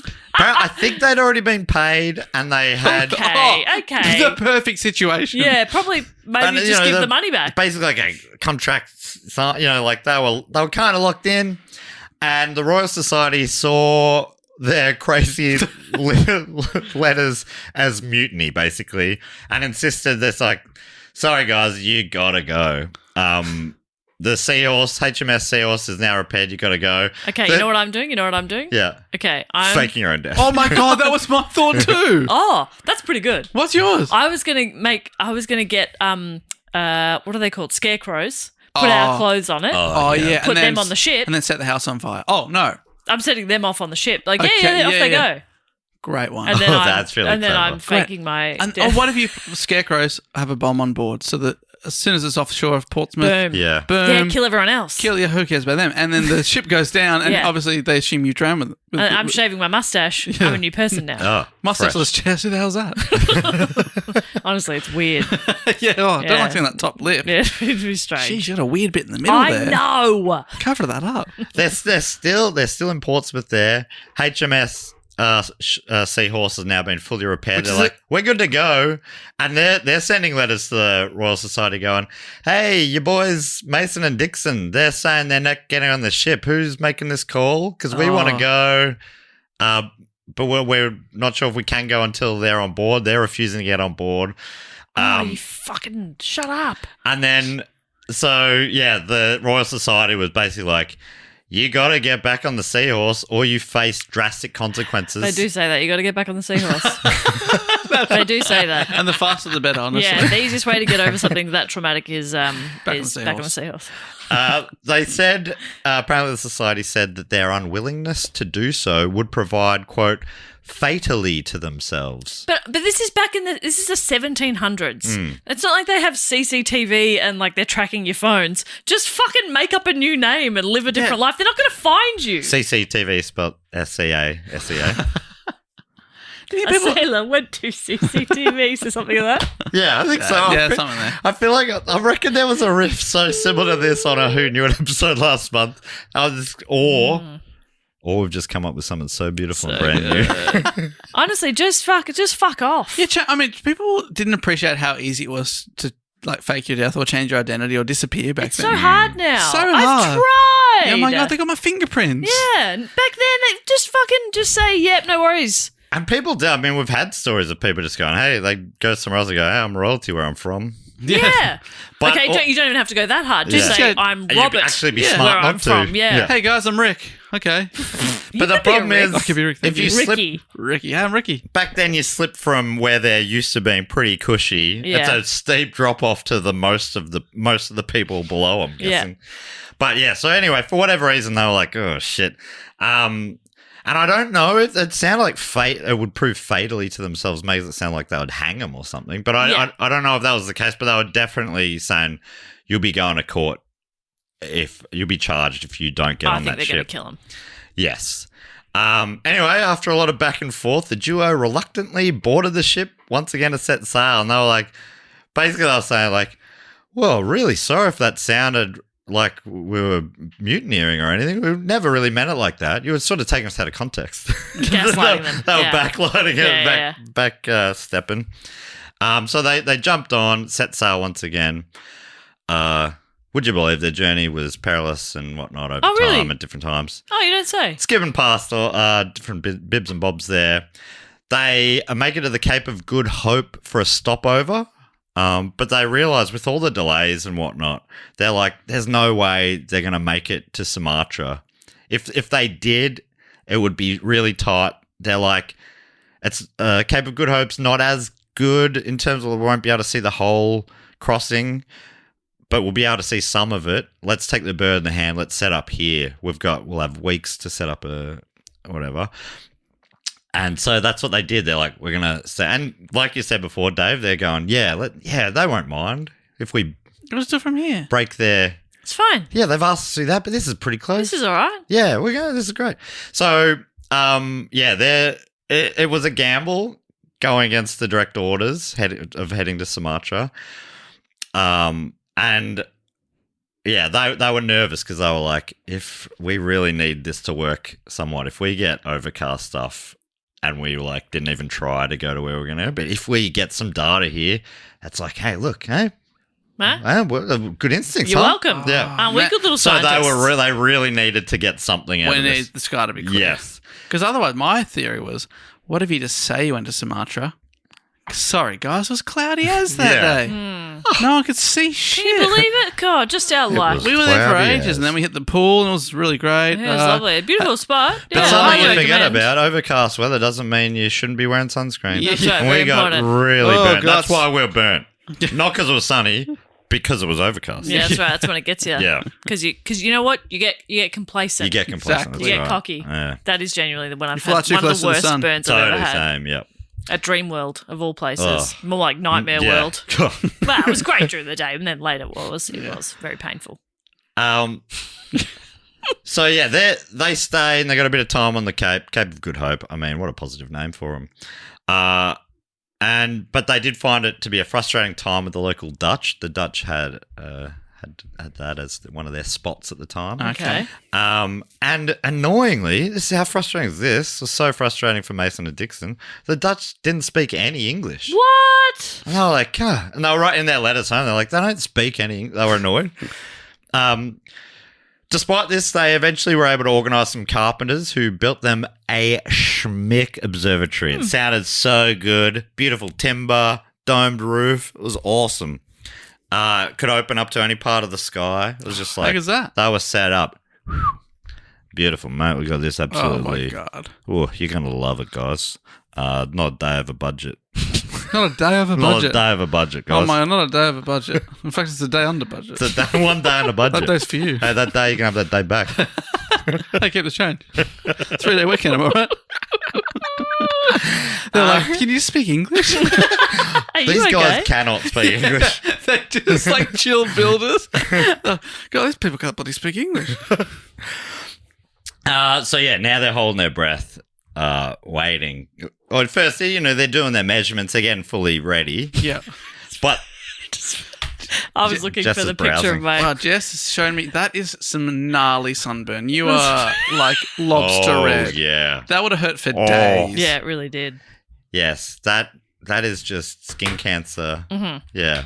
Isn't it so, like, looking back at me, like, I know the days that melanoma were born. Oh, yeah. Yeah. I haven't found them yet, but they're coming. Oh, they're coming. I was there for the Pinpoint that, conception. yeah. Ouch. So, yeah, they're waiting, preparing, and fingers crossing for some good weather. And they weren't feeling too positive because the weather had been awful. Their 6-week stay leading up to it, it was just no good. And like I say, they were extra nervous because if it didn't go well, they're like, ugh, we disobeyed orders and have nothing to show for it. Knowing that they'd really be in the shit then. Weather continued to be dicey right up until the moment they needed it to be clear, and the heavens opened up. Get Wow. fucked. Right up, like they were sort of seeing so they were never going to see the start of it. Yeah. They were just wanted to see the end. They wanted to see it leaving the sun, and that like cloud would cover, and they'd be like, "Oh no, it's happening." We saw a spot, but the clouds went back. But just before it exited, the clouds all cleared, and they were able They to had to get some, out of the pool. put down the mojito. Yeah. Oh, shit, it's transit time. Shit. Shit. I was just really into my book. Yeah, so good. Love a holiday read.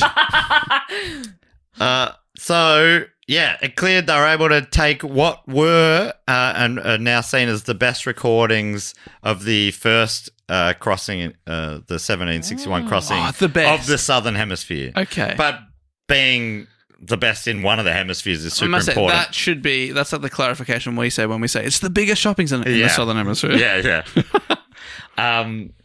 As an aside, Podgy writes, have you heard, does the name Wilson and Dixon ring a bell, or the Wilson and Dixon line? It's sort of vaguely familiar to me, and I didn't know why. No, I don't think so. So this is just a brief aside. They're in America, they're more famous for this thing, the Wilson and Dixon line.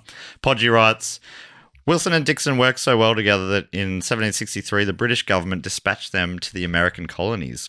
In his book, The Short Story of Nearly Everything, Bill Bryson writes, sorry, Jess, I think this is the only reference to Bryson in this episode. I know you're a hater, Jess. You get one per episode, so. Well, Yeah, Bryson writes, they set off for 4 long and often perilous years, surveying their way through 244 miles of dangerous American wilderness to settle a boundary dispute between the estates of a guy called William Penn and a guy called Lord Baltimore. If those names ring bells, they were there when they were... So they had these sort of estates. One became Pennsylvania, the other became Maryland with the capital of Baltimore. yeah. So that they were disputing their boundary, and Wilson and Dixon were sent there by the British to settle the dispute. And it took them years Took them years measure to it. figure out exactly what the line should be. See that bit of inhospitable terrain? That's yours. And Yes. this bit here that you can do nothing with, that's yours. And the result is now known as the Mason-Dixon line, which is still the boundary between those two states. And it also took on the symbolic importance as the dividing line between the slave and free states. Ah. So that just an interesting little aside. Bryson writes that although the line was their principal task, they also contributed to several astronomical surveys while they were there, including one of the century's most accurate measurements of a degree of meridian, an achievement that had brought them much acclaim in England. So they're probably more famous in England for that sort of stuff. Yeah, right. But in America, they're more famous for just really for having the name on that line. Yeah.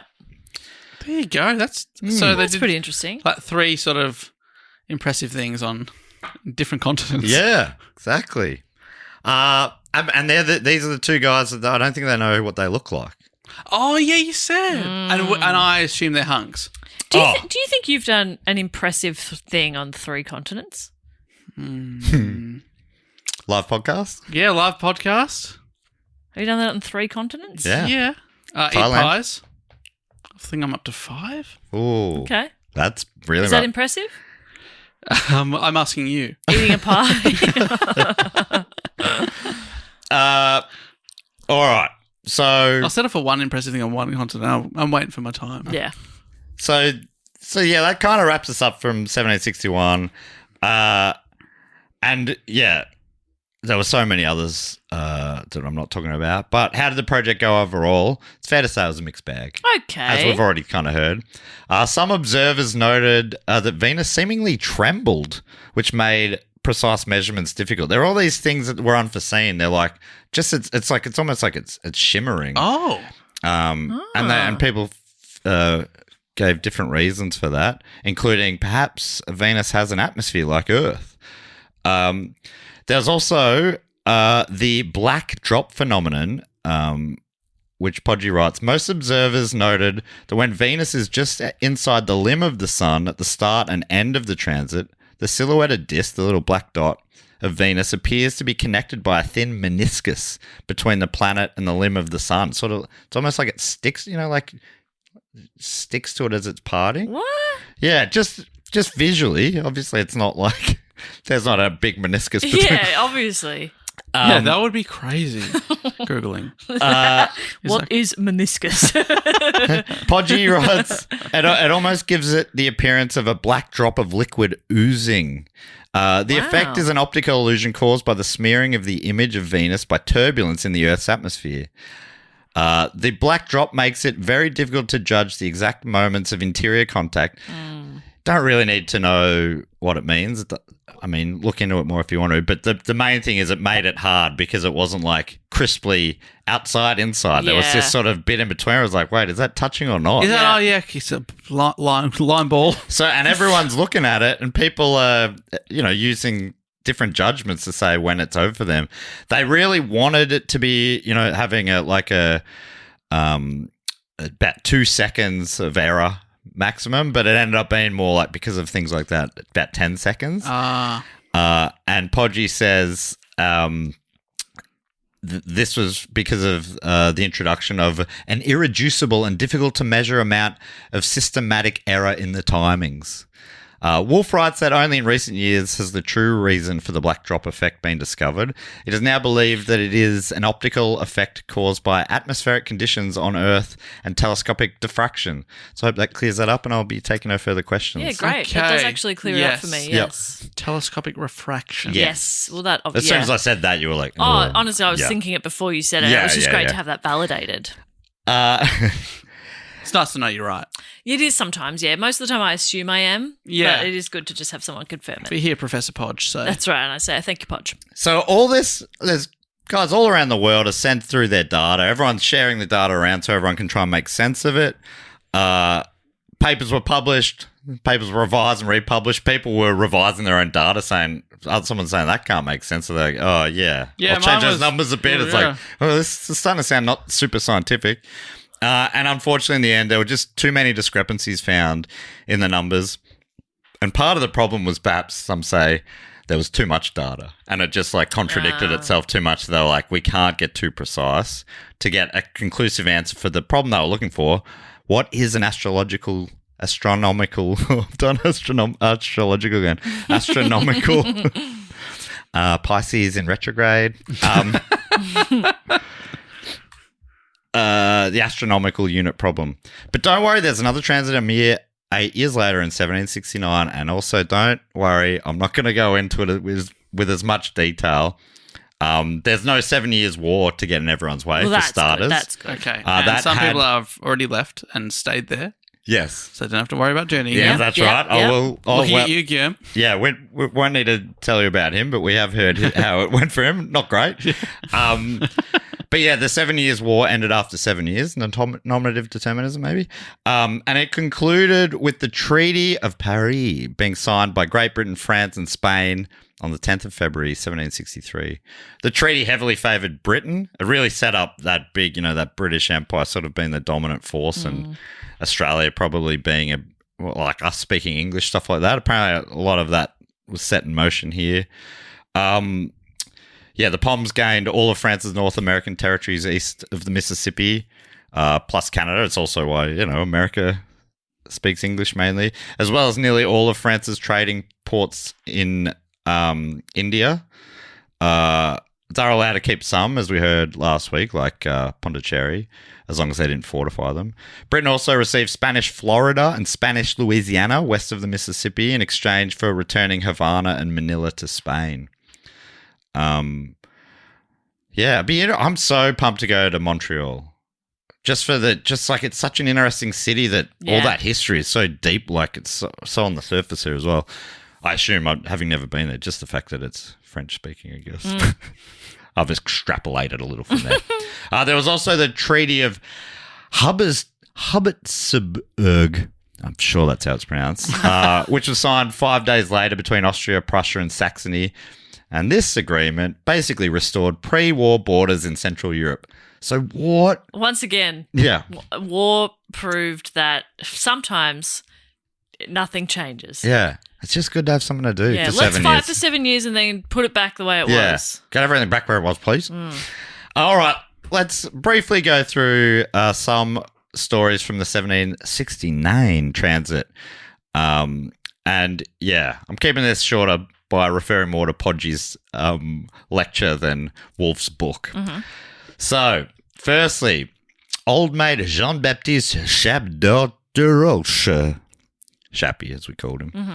Chappe's back. We heard of him. Know this guy? Yeah. Love this guy? Chappe, yeah. Love the Chappe. He was the Siberian ice. Yes. Measuring skirts. Got some measurements, though. Did all right, but had to be protected because people thought it was a magic man. But most of the bringing measurements floods. were of local women. Oh, and he was also the perv. I forgot. Sorry. Yes. Um, Most importantly. He was sent in a very different direction this time. He was sent to Mission San Jose del Cabo on the tip of Baja California, then a Spanish territory. His trip down and setup went smoothly, and he got excellent timings on transit day. Another good result for him. Two from two. 2 from 2. Last time, everything was shit beforehand. Yeah. And then went okay on the day. This time, unfortunately, everything went well up to and including, but turned to shit straight after. Things went pear-shaped quickly. He'd love that. A new shape. Pear shape. He's an ass man. Yeah. Sadly, things went badly. Shortly after the transit, bad pear-shaped, I'm afraid. I see. I guess more like a Nashi pear. Yeah. Well, you never know what you're going to get. Podgy writes that an epidemic swept through the region straight after the transit. Chappe, also trained as a physician, nursed the sick as well as he could. So he was, as a perv, but he's also doing great work. And Doctors can be pervs. Yeah, of course. I mean, I think there's quite a few on record, but he putting his own health on the line to save lives. And sadly, that did come back for him because he did get the sickness as well and died only a few days later. Oh, man. But his records were sent in. Well, this is the thing.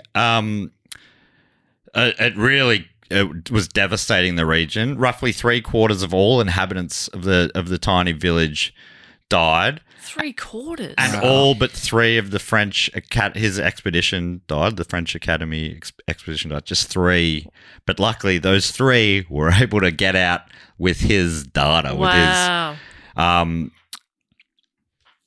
But it wasn't the end. Of the 3, only 1 made it back alive with the data. Whoa. So 2 more died on the journey back to France. A guy called Paulie, who returned in 1770 with Chappe's notebooks. His name was Paulie, but ironically, he was the only one who was well. That's really good. Oh, man. if this was radio, we'd be thrown to a Oh, commercial. that's straight to a song. Yeah. Out on a laugh, into a song. That's good. Here's Pink. Here's Flume. And so he died. A lot of people died, but his data is seen to be the best made of either transit. That So, data there. Wow. The data on Venus or the women? I think both. Okay, good. And both sets of data Impeccable. made it out. Yeah. Oh, thank God. His dying breath was, make sure you get the pair data. Next up, very quick one. Just talking about this guy because of his great name. I love it. Is an Austrian man named Father Maximilian Hell. Father Hell? Father Hell, a priest, a Jesuit priest called Father Hell. I feel like off. you don't want to confess to him, but you also He would need to confess everything to him. He has to turn up to church on a motorbike. Yeah, Reverend. Father Hell. In German, it means something like quite innocuous, like maybe even positive, like light or something. So probably to them, they're like, "Oh my God, what a beautiful, perfect name such for a priest." reverence. Yeah. But over here, he's a badass. Yeah. Father Hell. And Yeah. his first name being Max Hell. He's like telling an altar boy to get fucked. But he's also hot as shit. Oh, he's He's always so- drinking the altar wine. Yeah, That's and like the church is packed, and the People women love have him. like really Yeah. they've put on their best. He's got a quiff, he's He's always hot combing his hair as back. shit. Quiff and He sideburns. walks in like, Yeah. "What's up? How you doing? Welcome to church." All All right. right, Sorry, I'm late. Or not. women are fainting in the whoa. aisles. So And I'm going to introduce you to the gospel of AC/DC. What song was that? That was supposed to be, Thunderstruck? yeah, it's a little bit of that. okay. Yeah, it did not sound No, like it. yeah. For copyright reasons, I had to change it slightly. Yeah, that's Wow, I what think it you might have changed it a little too much. You remember how it gets the Thunderstruck does all this? I thought it was the ship to shore theme. but for copyright reasons, I need to change it. Let me introduce you to the gospel of ship to shore. Hermes and Darkus. Real niche stuff there. Oh, one of the great TV shows. Anyway, so he's a Jesuit priest. Father Max Hell was sent to Norway to a spot that was located a couple of degrees above the Arctic Circle, and he was able to also get some good data on the transit. Also, just a quick fun fact from Podgy, Father Max Hell, was also an early exponent of magnetic healing and apparently coined the term animal magnetism. Oh, of course he did. Oh, yeah, Max because he's Hell, dripping you with it. fucking fox. Oh, my God. How do I describe me? Wow. Well, it's like, oh. Podgy says that a fellow Austrian, an infamous crank named Franz Anton Mesmer, later sort of stole the term from him. But interestingly, again, Mesmer's the guy we got the word mesmerised from. Wow. Bit of fun there. Anyway, Couple of hotties. so yeah, that's just a quick one. But you can't skip over a guy called Father Max Max Hell. No, Hell. absolutely not. That's That's an insane. all-timer. That's incredible. All right, last one. I reckon you might have heard of this guy. Captain James Cook of Britain. Any relation? Yeah, same guy. Really? Oh, so, or To any Chris relation, Cook that I went to school with. any relation to the footballer James Captain Cook, played for maybe Fitzroy in the 90s. Podgy writes, Captain Cook set sail from Plymouth in 1768 on the HMS. Sorry. 1768? Okay. Yes. What did I say? You said 70-68. I don't know which one is it? Yeah, Oh my this God. guy in the future. Any relation to His the sh- his original Cook? Because this guy's like so many generations down the line. Yeah, his ship was a spaceship. No, his ship was the HMS Endeavour. Ever heard of it? The Endeavour's mission was to circumnavigate the globe and explore the southern Pacific Ocean. On the way, they were to put in at the South Pacific island of Tahiti to observe the transit of Venus. On board the Endeavour was a team of scientists, including the naturalist Joseph Banks, maybe most famously known here for his Banksia plants, or actually just for his... No, the buildings that keep money. Oh, Yeah, the big four. They're also one of his. And there was also an astronomer named Charles Green. After more than 7 months at sea, they dropped anchor at Matavia Bay on the island of Tahiti. The expedition astronomers, with help from a detachment of Royal Marines, set up an observatory on a high point of ground above the bay, still known to this day as Point Venus. And they settled down there to prepare for the transit. His whole crew apparently spend a lot of their time exchanging nails for sex with locals. Anyway, Podgy goes into that in more detail than I will. Yeah, weird. Okay, so Podgy continues. Green and his companions, including Captain Cook, got excellent transit timings. Sadly, Charles Green did not live to enjoy the fruits of his labours. He died in Batavia, modern Jakarta, on the return voyage. Cook and his crew completed their circumnavigation of the Earth and reached England safely and in triumph. He became a big star. The expedition was a terrific success. Like, they mapped a bunch of Australia, didn't they, I think, around then. And, it established Cook's fame as a mariner and explorer. Cook's probably another guy is maybe a topic worthy at some day. He's a very divisive figure here in Australia and the Pacific Island regions because, he's like a very symbolic of white European colonisation. But we don't only talk about good people on the show. No, that's right. We talk about a lot of really bad people. Yeah, that's what I'm saying. I think and spoilers, he gets murdered by a bunch of Hawaiians. So yes. It's pretty good. And he did, apparently was a super brilliant at the things he did. Right, so, And, of course, history is littered with people who are both awful in some ways and brilliant in others. Yep. Well, the people that you remember are one of the two or both. Yes. And in, colonial days, if they were brilliant at something, they were probably also awful in another way. Correct. Anyway, just because, things were awful. Mm-hmm. Finally, Podgy writes, the analysis of the transit data proved to be worth the great price paid by the astronomers. So the first one alone was not much worth it, but once it was added together with the second one... Because you'd be losing faith after the first one to be like, well, we've had 8 years to look at it and it means nothing. Do we go again? We lost lives and stuff. There was a lot at stake. We really needed something to show for it. Podgy writes, while the infamous black drop proved the limiting factor in the precision of the timing, Halley's plan paid off handsomely.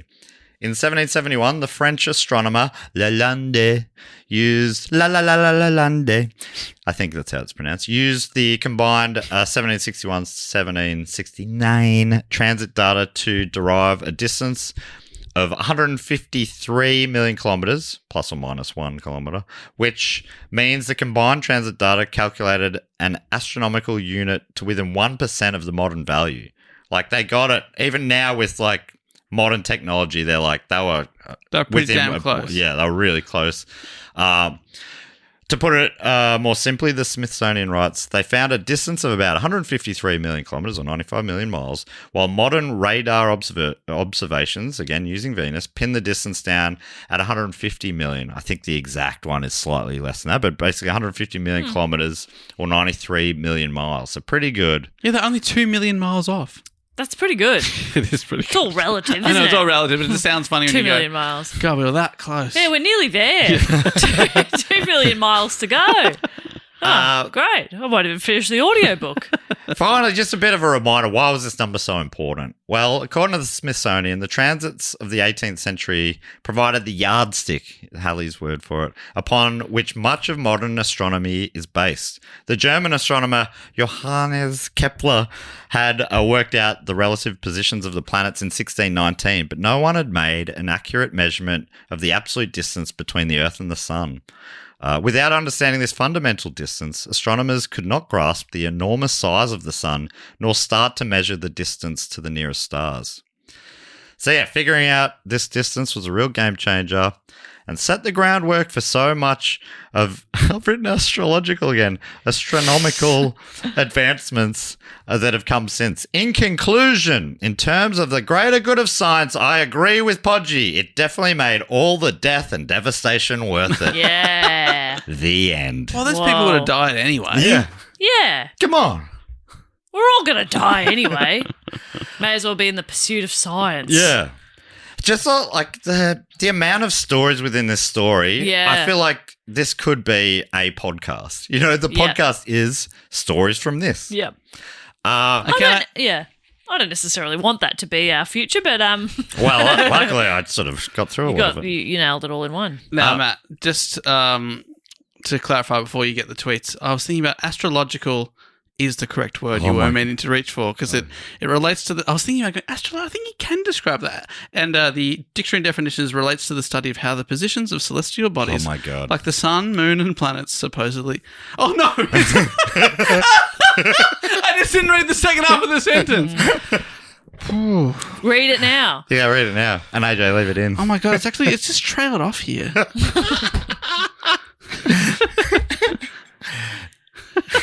I reckon it can. It probably can. I don't know. The influence they have on- Worth it for that laugh. That was beautiful, deep down from within your soul, letting something big out there. While you're still murmuring yourself, Dave, I'm trying to, for new listeners, giving them some previous episodes that if they like today's, they might like. It's a good idea. And I was like, there's so much in this one, but I picked out these 5. Episode 523, Hidden Figures, NASA's Human Computers. That's great. That was all about, advancements in science and really interesting stories. 382, the Frederick Escape, if you like more the perilous journey part of it and just the adventures on the high seas. These prisoners escape Tasmania before it was called Tasmania, I think, via a ship they sort of built themselves. 220, the eruption of Mount St. Helens. I think maybe Dave or Jess told that story. Dave. And it was a very tense episode in history where a volcano went off when people were not necessarily safe. Episode 124 I mentioned this week or last about Sir Isaac Newton. Andy Matthews told us about. Oh, yeah. And I think maybe a really good one, if you haven't listened to any other episodes, go back and listen to episode 68, Shackleton's Endurance. Because that was somewhat of a scientific expedition. I think they also did a lot of their navigation with stars, right? Right, That's a big part of how they were able to, in a tiny boat, travel many thousands of kilometres and, spoiler, save themselves. Mm. Great. No, I don't have to listen to that. Yeah, we don't have to worry about it. I mean, Great. Jess, I'm sure you remember that episode very much. I remember it very well. slugs. I read a book recently that was about, I've already forgotten, it was another sort of lost expedition. I was like, this would be a good topic. We've done it. Oh, is it the one where the cans had lead in them? I don't know. Doesn't matter. God, that's not ringing that many bells for me either. That Don't worry was about it. really mysterious why they all died. And then they reckon now that maybe it was like poison from the food tins. Is that not ringing any bells? Yeah, that's sounding... Was that Arctic or something? Something. I don't know. See, this is a book I really enjoyed very recently. And do you remember the name of it? Well, yeah, but it was a fiction book. Oh, okay. Yeah. Love fiction books. Was I it love about fiction. like a big bosomed woman and a ship hand? Yeah. Ironically, with only one hand, and the other had a hook. But my God, what it could do with it! Anyway, great story, Maddie. Great story. I can't Cheers. believe that all those people came together for like a pretty crazy endeavor, really, to go all the way across. And Yeah. they obviously believed in the mission so much that they would risk their lives. Yes, I which don't I believe in think is anything. a lot of that goes down to Hallie and Delisle for just spreading the message and getting people into the idea. Yeah. And yeah, I should say if anyone wants to see the next one, I think it's about 100 years from now. Oh, so, great. Yeah. Pop it in the calendar. Yeah. Oh, great. If you're listening to this in utero, you might make it. You might. Yeah. With advances in Yeah, science. totally. Yeah, we're living longer and longer. Yeah. Cool. I'll be observing it from my position inside a glass jar. Just point the jar in the right direction. So I guess that brings us to everyone's favourite section of the show.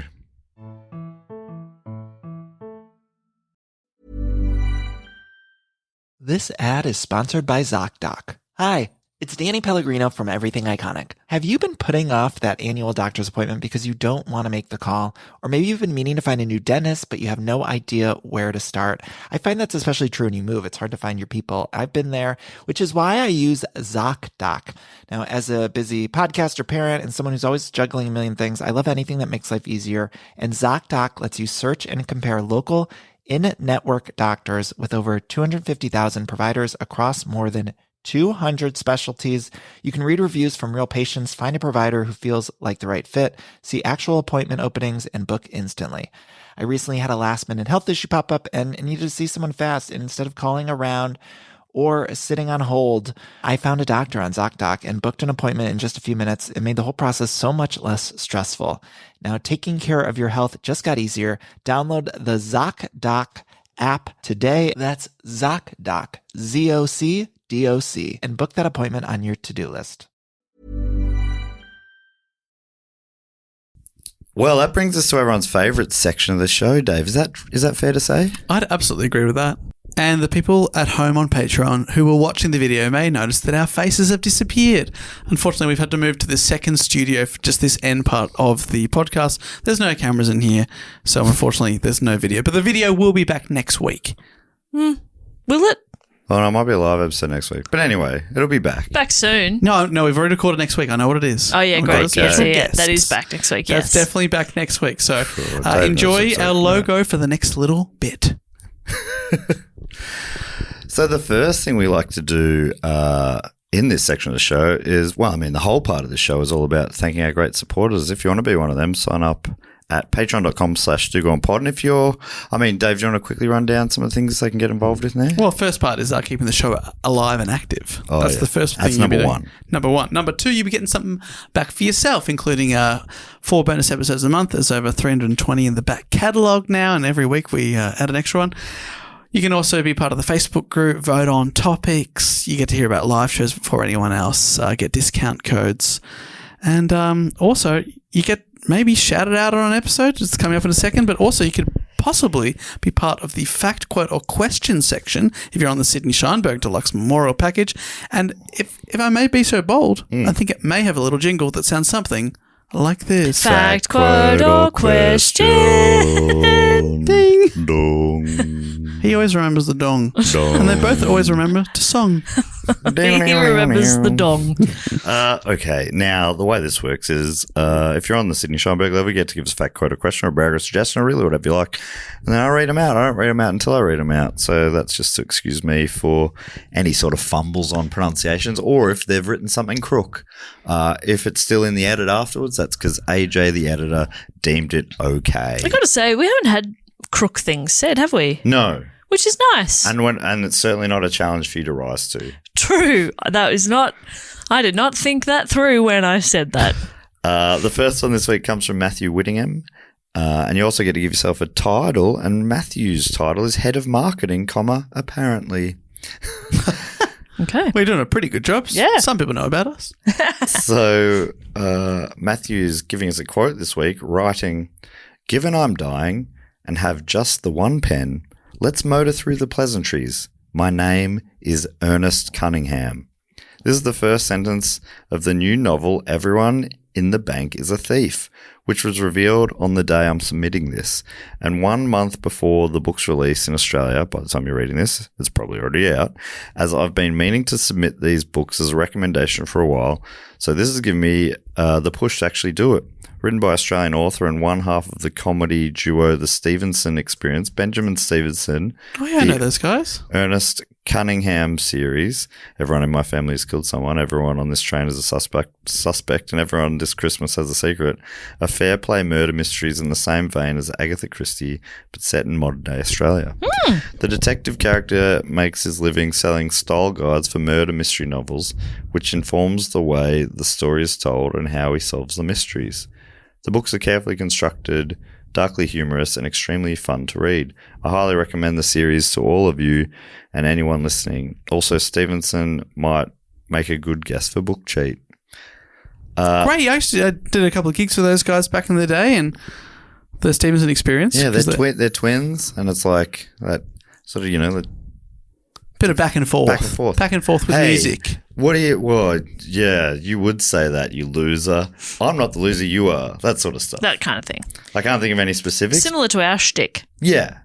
You loser.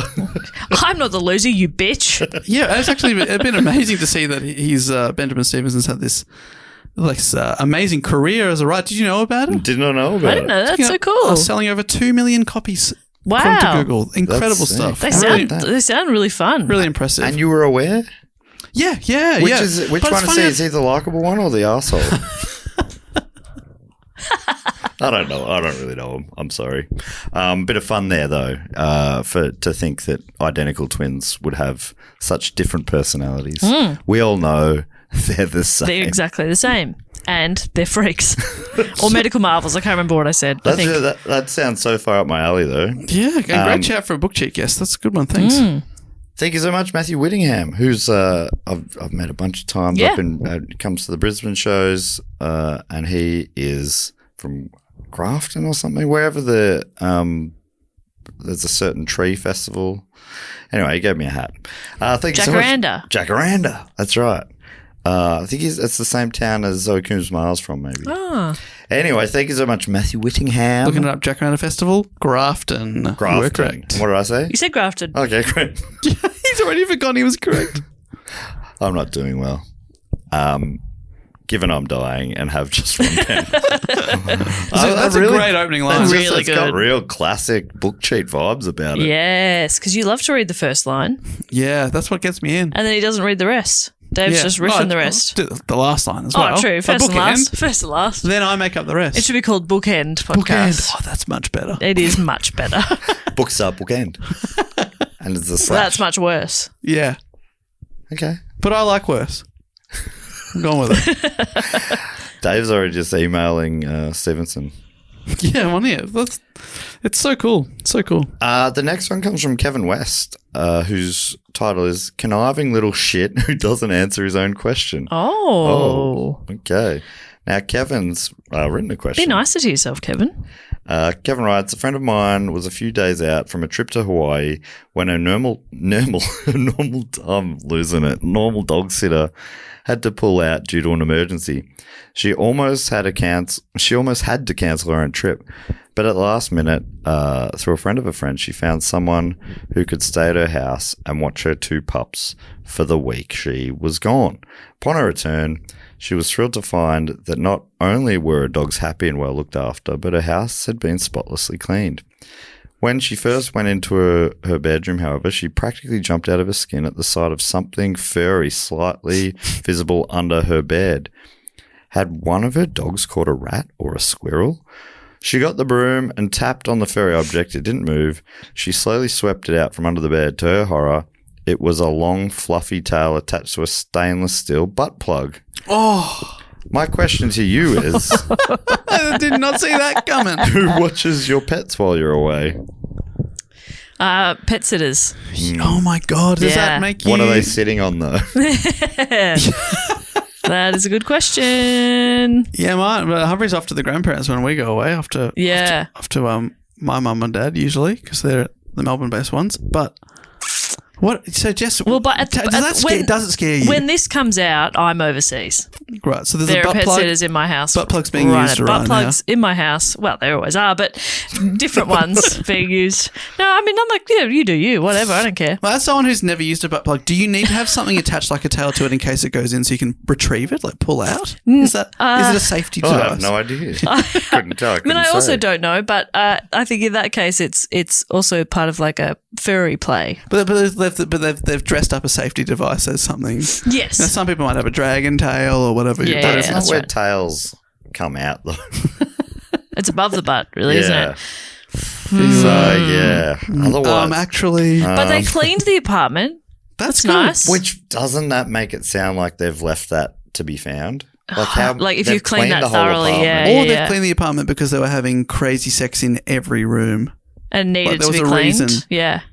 Which obviously, like you say, You do you. you do you. Clean my apartment. Yeah. Thank you. Yeah. Are butt plugs for sex? Like, or are they just like a thing, just like a fashion thing?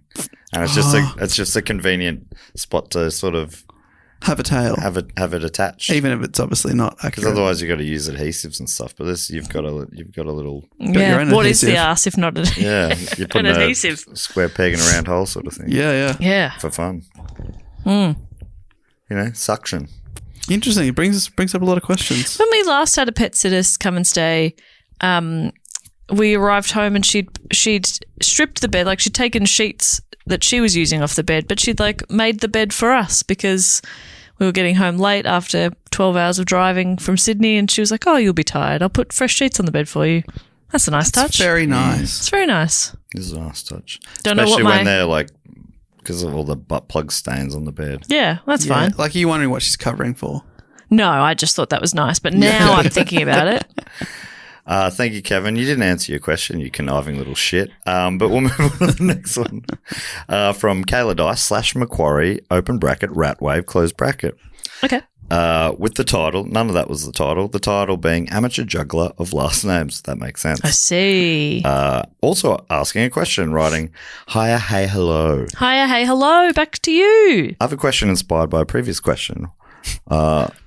On an episode this year, you were asked if you could see a film for the first time, what would it be? I can't remember whose question it was. Sorry. We can't remember our answers either, if that helps. This made me wonder, is there a film or album or book or whatever that you wish you could have seen for the first time at a different age? Oh. I'm not sure I've explained that well. I'll answer my own question and that might help. I first saw Labyrinth, the Jim Henson, David Bowie film, as an adult. I think if I'd seen it when I was a child, it would have been the main film I was obsessed with growing up. On the other side, I saw Before Sunrise and Before Sunset when I was only 17, and I really loved them, but kind of wish I'd held off until I was the age the characters were. Loving the show. And then there's another paragraph. Wait, I feel like I should explain my name because Patreon now shows my creator page name. So Macquarie is my real last name and I performed stand-up under it. I used Dice as a pseudonym when I started writing RPGs because I was a teacher at the time and I wanted a name they couldn't find. And I was doing less comedy then. Now I'm not a teacher, but I'm stuck with the name for RPGs because I did so much under it. And I've also decided to try going back to comedy, and so I'm using my real last name as well again, but I don't have the energy to manage separate accounts, so all of my names and things are in one place. Ratwave is the label for games. Sorry for the life story. Cool. So funny that Dice, so you think of Dice, you think of Andrew Dice Clay. Yeah. But that's not the comedy I think name. of RPGs. That's the RPG name. Oh, yeah. Big in the RPG world. Yeah. I wonder if Kayla's comedy is Dice Clay-esque. Hickory dickory dock. Some chick was sucking my etc. But it is a bit of fun. She was sucking your etc.? Yeah. Well, that's what I call it. That's what I call my Good get. Etc. etc. Yeah. Extremity. Yada, yada, yada. Lower. I've got an answer for this. Yes. From the last few months, Jess, I had you and Cameron James on Book Cheat. The clock struck 2. I dropped my goo. He does a full. I've never seen. Drop my goo? He's the kind Yeah, of I guy think that I that's- see. I know the image of what he looks like. I've never seen any bits. Yeah, That I listened to one of his albums a lot in high school. I have no idea who this is. sounds terrible. You had me and Cameron James on a book on cheat. Book Cheat. Is that right? Were I you on know. it too? We did On the Road. No. I was not available, I think. Oh, who was that? You did ask. I did My on the God, I road feel- in 'cause uni. In uni. I had Irvi. Irvi was on there, and Irvi. she was fantastic. Actually, the first time on the. And Oh, yes, I listened to some of that. creative What, writing and studied creative writing at uni, so brought a great perspective and also about like thinking about your art. Anyway, but then maybe the week after I had you just. But On the Road was Cameron James' favorite book, like as a teen. Really influenced him. I read it for the first time at 35, and I was like, if I'd read this when I was 18, I would have been like, this guy's cool as shit. But now I'm like, what a goddamn loser. Yeah. And it was actually a really tough read in parts because I was like, just get it together, man. I read Yeah. it at 18. Yeah, and you liked it? Because I liked it enough. I Yeah. can't remember much of it. It was like a stream of consciousness sort of thing, right? yeah, and it's just like one story about, and then I did this, and then I did this, and then I did this, and it's like, yeah, no one has any cares or responsibilities. So I would have loved it as a teen, I reckon.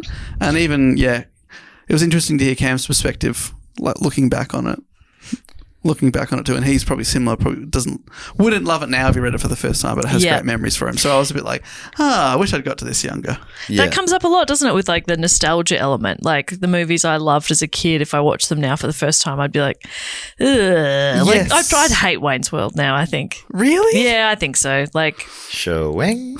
I'd be like, this is Question mark? dumb, but I love it because I watched it so much as a kid. Yeah. I can't think of an example of something I go, oh, I wish I'd watched this at another time. I do remember, I think I'd seen parts or most of Jurassic Park as a kid and was like, too scary. Or I think I'd seen little bits and gone, I don't want to watch that because I don't like to be scared. And then I saw Jurassic Park in full, like in the last 10 years. For the first time, like properly. Yeah. And went, this movie fucking rules. It's so Yeah. good. Still I awesome. loved it so much. And I was like, why have I never watched Jurassic Park? Now I've seen all of them. Like, I love them. As a clever girl, you do it makes sense to me that you'd be into I that. ask you to call me that, but not on the pod. Okay. Because on the pod, people think you and I are always like kind of swiping at each other. And, do you know what I mean? We have that kind of on But pod yeah, persona. I shouldn't be so positive to you. Yeah, don't be lift so her up. cutesy Yeah. on pod. It'll Okay. ruin the Sorry. the reveal that you call me clever girl. Who's my clever girl? Coffee for the clever girl. He tickles my belly. Yeah. Hey? Do you have an answer for that question, Maddie? It's a good question. It is a good question. It's a tough one without It is, notice. yeah. But I'm not sure. I mean, in a bonus episode we recorded just before, I was saying how I didn't watch Top Gun till as an adult. And Yeah. I thought it sucked. Yeah. Or I didn't, whatever. I didn't enjoy it. And I probably, if I watched it younger, I might have. Yeah. Yeah. So yeah, there's probably movies like that. But I'm also not that upset that I don't, Yeah. I'm happy to not. And I don't need that. I don't need that. War propaganda movie to be a favorite necessarily, but but there's probably there must be heaps. Yeah, there would be. There's movies I tried to watch when I was younger that I think I probably should be trying again now, like Citizen Kane. I remember just falling asleep during when I tried to watch in my early 20s. I watched And I've Blair not Witch tried Project too young. I wish I'd never watched it, let 'Cause alone, but that'd probably be as an motion adult. sickness for you, right? True. Well, it would be now probably. Yeah, Yeah. it wasn't then. It was just scary. Just terror. Right. Yeah. I never saw that. But yes, Just I didn't did. I read that. I read that sounded recently interesting that more than enjoyable. the Blair Witch Project made a lot of people feel motion sickness. I just think that would be Particularly in a cinema. yeah. yeah, too it's just big. the handycam. Yeah, what is this? What is this? The second Jason Bourne movie?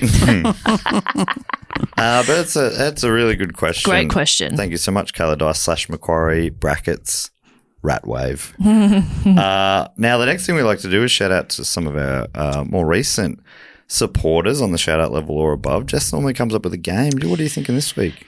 That's true. That's true. Last week, I think we sent them to where they'd maybe view the transit or something like that. Yeah. Maybe So- now, what about something else? What are you viewing it? Something else crossing the sun? Yeah. What's crossing the sun Yeah. that you're watching? All right, you two do the names and things. I'll just say an object. Okay. Oh, great, fantastic.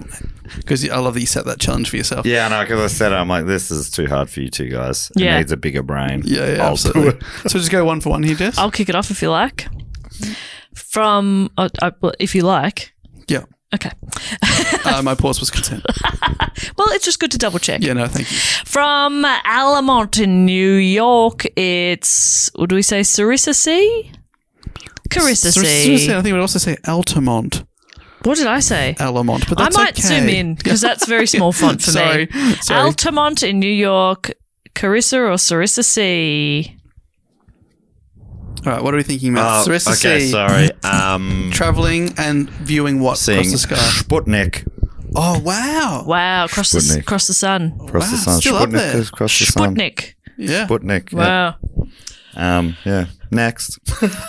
Next up from... Thank you so much to Sarissa. Thank you so much. From Coralville in Iowa, Oh my god. it's Emily Hignite. Don't think of coral when I think of Iowa, but more cobs, corn. So Emily Hignite. Okay. Yeah, so far from the The ocean. Higgs boson, aka the God's particle, I think. Oh, that Jesus, watch that go past. Yeah, it's very. You really need quite a Wow. powerful Wow. What did it telescope. escaped the Hadron Collider and is now floating through the ether? Yeah. You guys are nerds. No, I didn't know what any of that was. So busy Well, you gotta having listen to Nick Cave sex. song, You gotta listen to basically. Higgs Boson Blues by Nick Cave and the Is that Bedsays. the one that talks about Hannah Montana? Hannah doing Montana crosses the African savannah. I was like, that's peak That's cave. good stuff. Yeah, that was the one that you were like, when you hadn't really, you were still like, this guy's silly.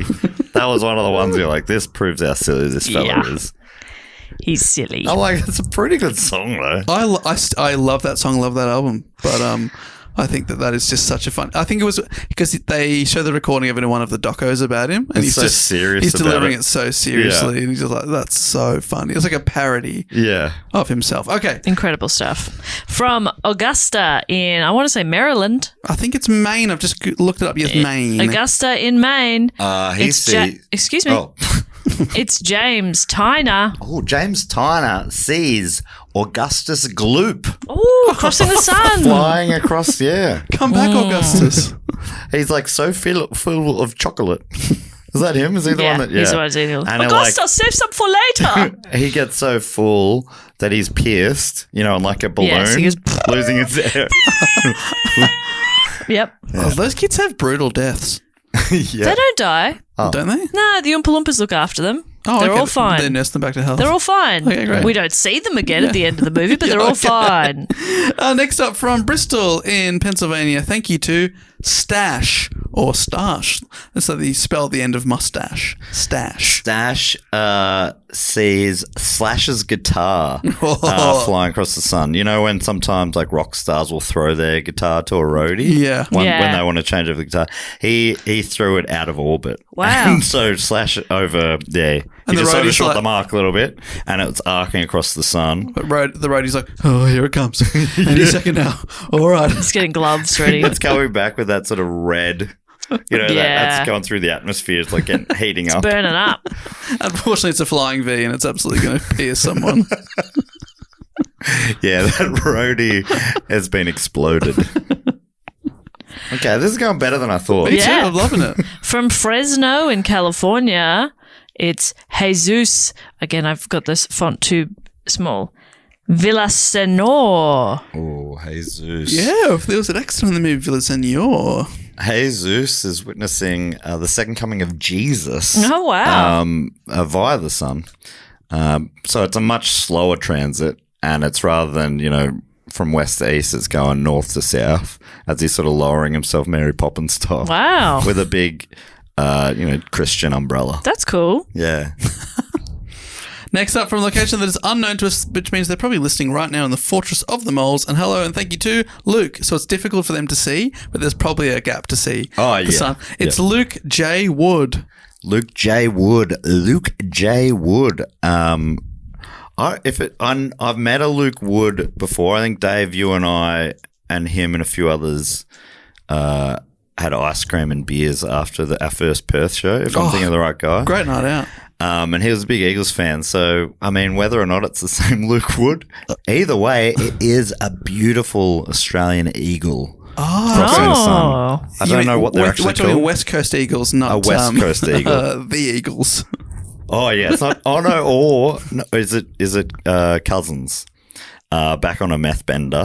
Ben Cousins across the sun. Yeah, this is back in the day when he was still. that's right. He really sent himself out into the universe. He was avoiding a hair test.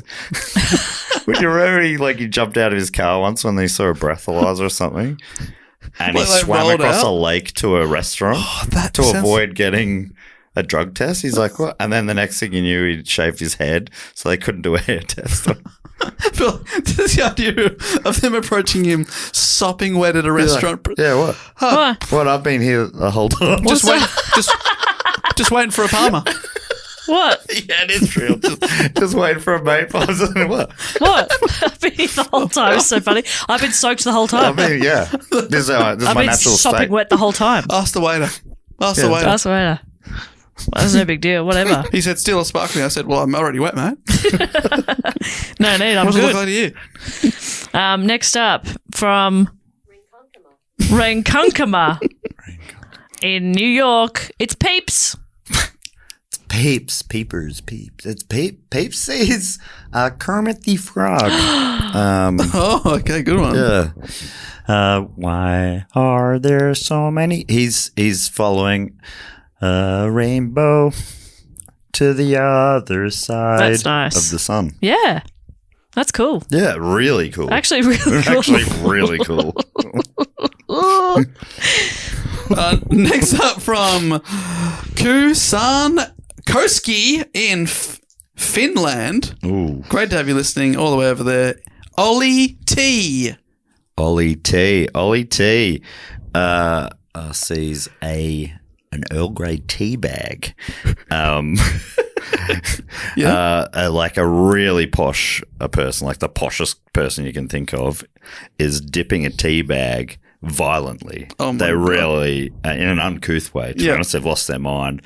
And on the dip down, it splashes so much, their hand gets hit by some of the hot water. So they fling it instinctively straight out of the orbit, arcing across the face of the sun. Yeah. And luckily, Ollie T is there to witness it and tracks it. And he's able to, extrapolate that data. Right, and that'll help us with the astronomical unit. Secrets of the universe, yeah. Yeah, great. Thanks, Ollie T in Finland. Huge. And finally, from Duncraig in Western Australia. Or Duncraig for the Americans. Duncraig. But that's why I double-checked the WA was Australian. It was Washington. It's Craig. Yeah. Duncraig. It's Rachel Titmus. Oh, Rachel Titmus saw a busty mouse. Now, where does he get his ideas? You pre-wrote all of these? I pre-wrote all of this. Far out, he's crazy. good. If you can see any sort of correlation to anything else, that means you're twisted. Yeah, you're sick. Just a really bodacious. Is that what that means? Absolutely. Bazungas. Bodacious bazungas. Bodacious bazungas. New nickname like in the this chat mouse from has back issues. But yeah, they weren't that, and they're not natties. No. They're not fat natties. And that's fine. As Jess, is that That's Michelle. Michelle coined that term. Fat naturals. But she said it so often. Much like I wasn't on that episode, but I still hear it referenced. And then, like that scientist who put an ear on a mouse's back once? Yeah. Yeah, it's like that. Only a really horny scientist put fat unnatties onto a mouse. What? It's science. It's for science. And then catapulted it into the sky just to see what would happen. And Rachel, tracked that. Well done, Rachel. From St. Helena. Yeah. So thank you so much to Dave. You want to go back through those names? We've got Rachel, Ollie, Peeps, Luke, Jesus, Stash, James, Emily, and Sarissa. Now, the final thing we need to do is welcome some people into the Triptych Club. This is for our great Patreon supporters on the shout-out level or above who've been signed up for 3 straight years. We also have amazingly, a triple Triptych Club for those who have been signed up for 9 straight years. No inductees into that special club this week, but we do have a bunch into the Triptych Club, which is a bit of a theatre of the mind thing. It's whatever the club, however you picture it. I personally picture it as like the kind of bar that Frank Sinatra might have sang in. A lot of velvet, people with whiskies and tumblers or whatever, or whiskey glasses probably. And Jess is behind the bar. Mm-hmm. She's calling everyone toots and stuff like that. Yeah. And also in a hot way. Yeah. Did you come up with a transitive Venus cocktail? Oh, I've got a food special this week. Yeah, great. What's that? It's like a charcuterie board type thing, but it's called the Venus board. Yeah. And so like every letter of Venus that I've got food. Veal. Elephant. Egg. Egg, sorry. Misread that. Nuggets. Nut nuggets. Urchin. And snacks, yeah. Various snacks. It's good. It's clever to have something like that because you can just chuck in whatever. Pretzels what I've got. Whatever I got. Yeah, I chuck in pretzels or Pringles or like just some crumbs. You actually thought it was spelled Venup. And you had all these P things ready. Yeah. So, but luckily you thought quick and you went, I could just go I'll rebadge them snacks. Yeah. And Dave, you normally book a band for the after party. You are never going to believe it. Your V-Nup. So I'm the prenup V-Nup. Well, they are open to editing their classics because Bananarama are No way. They're going to be singing V-Nup.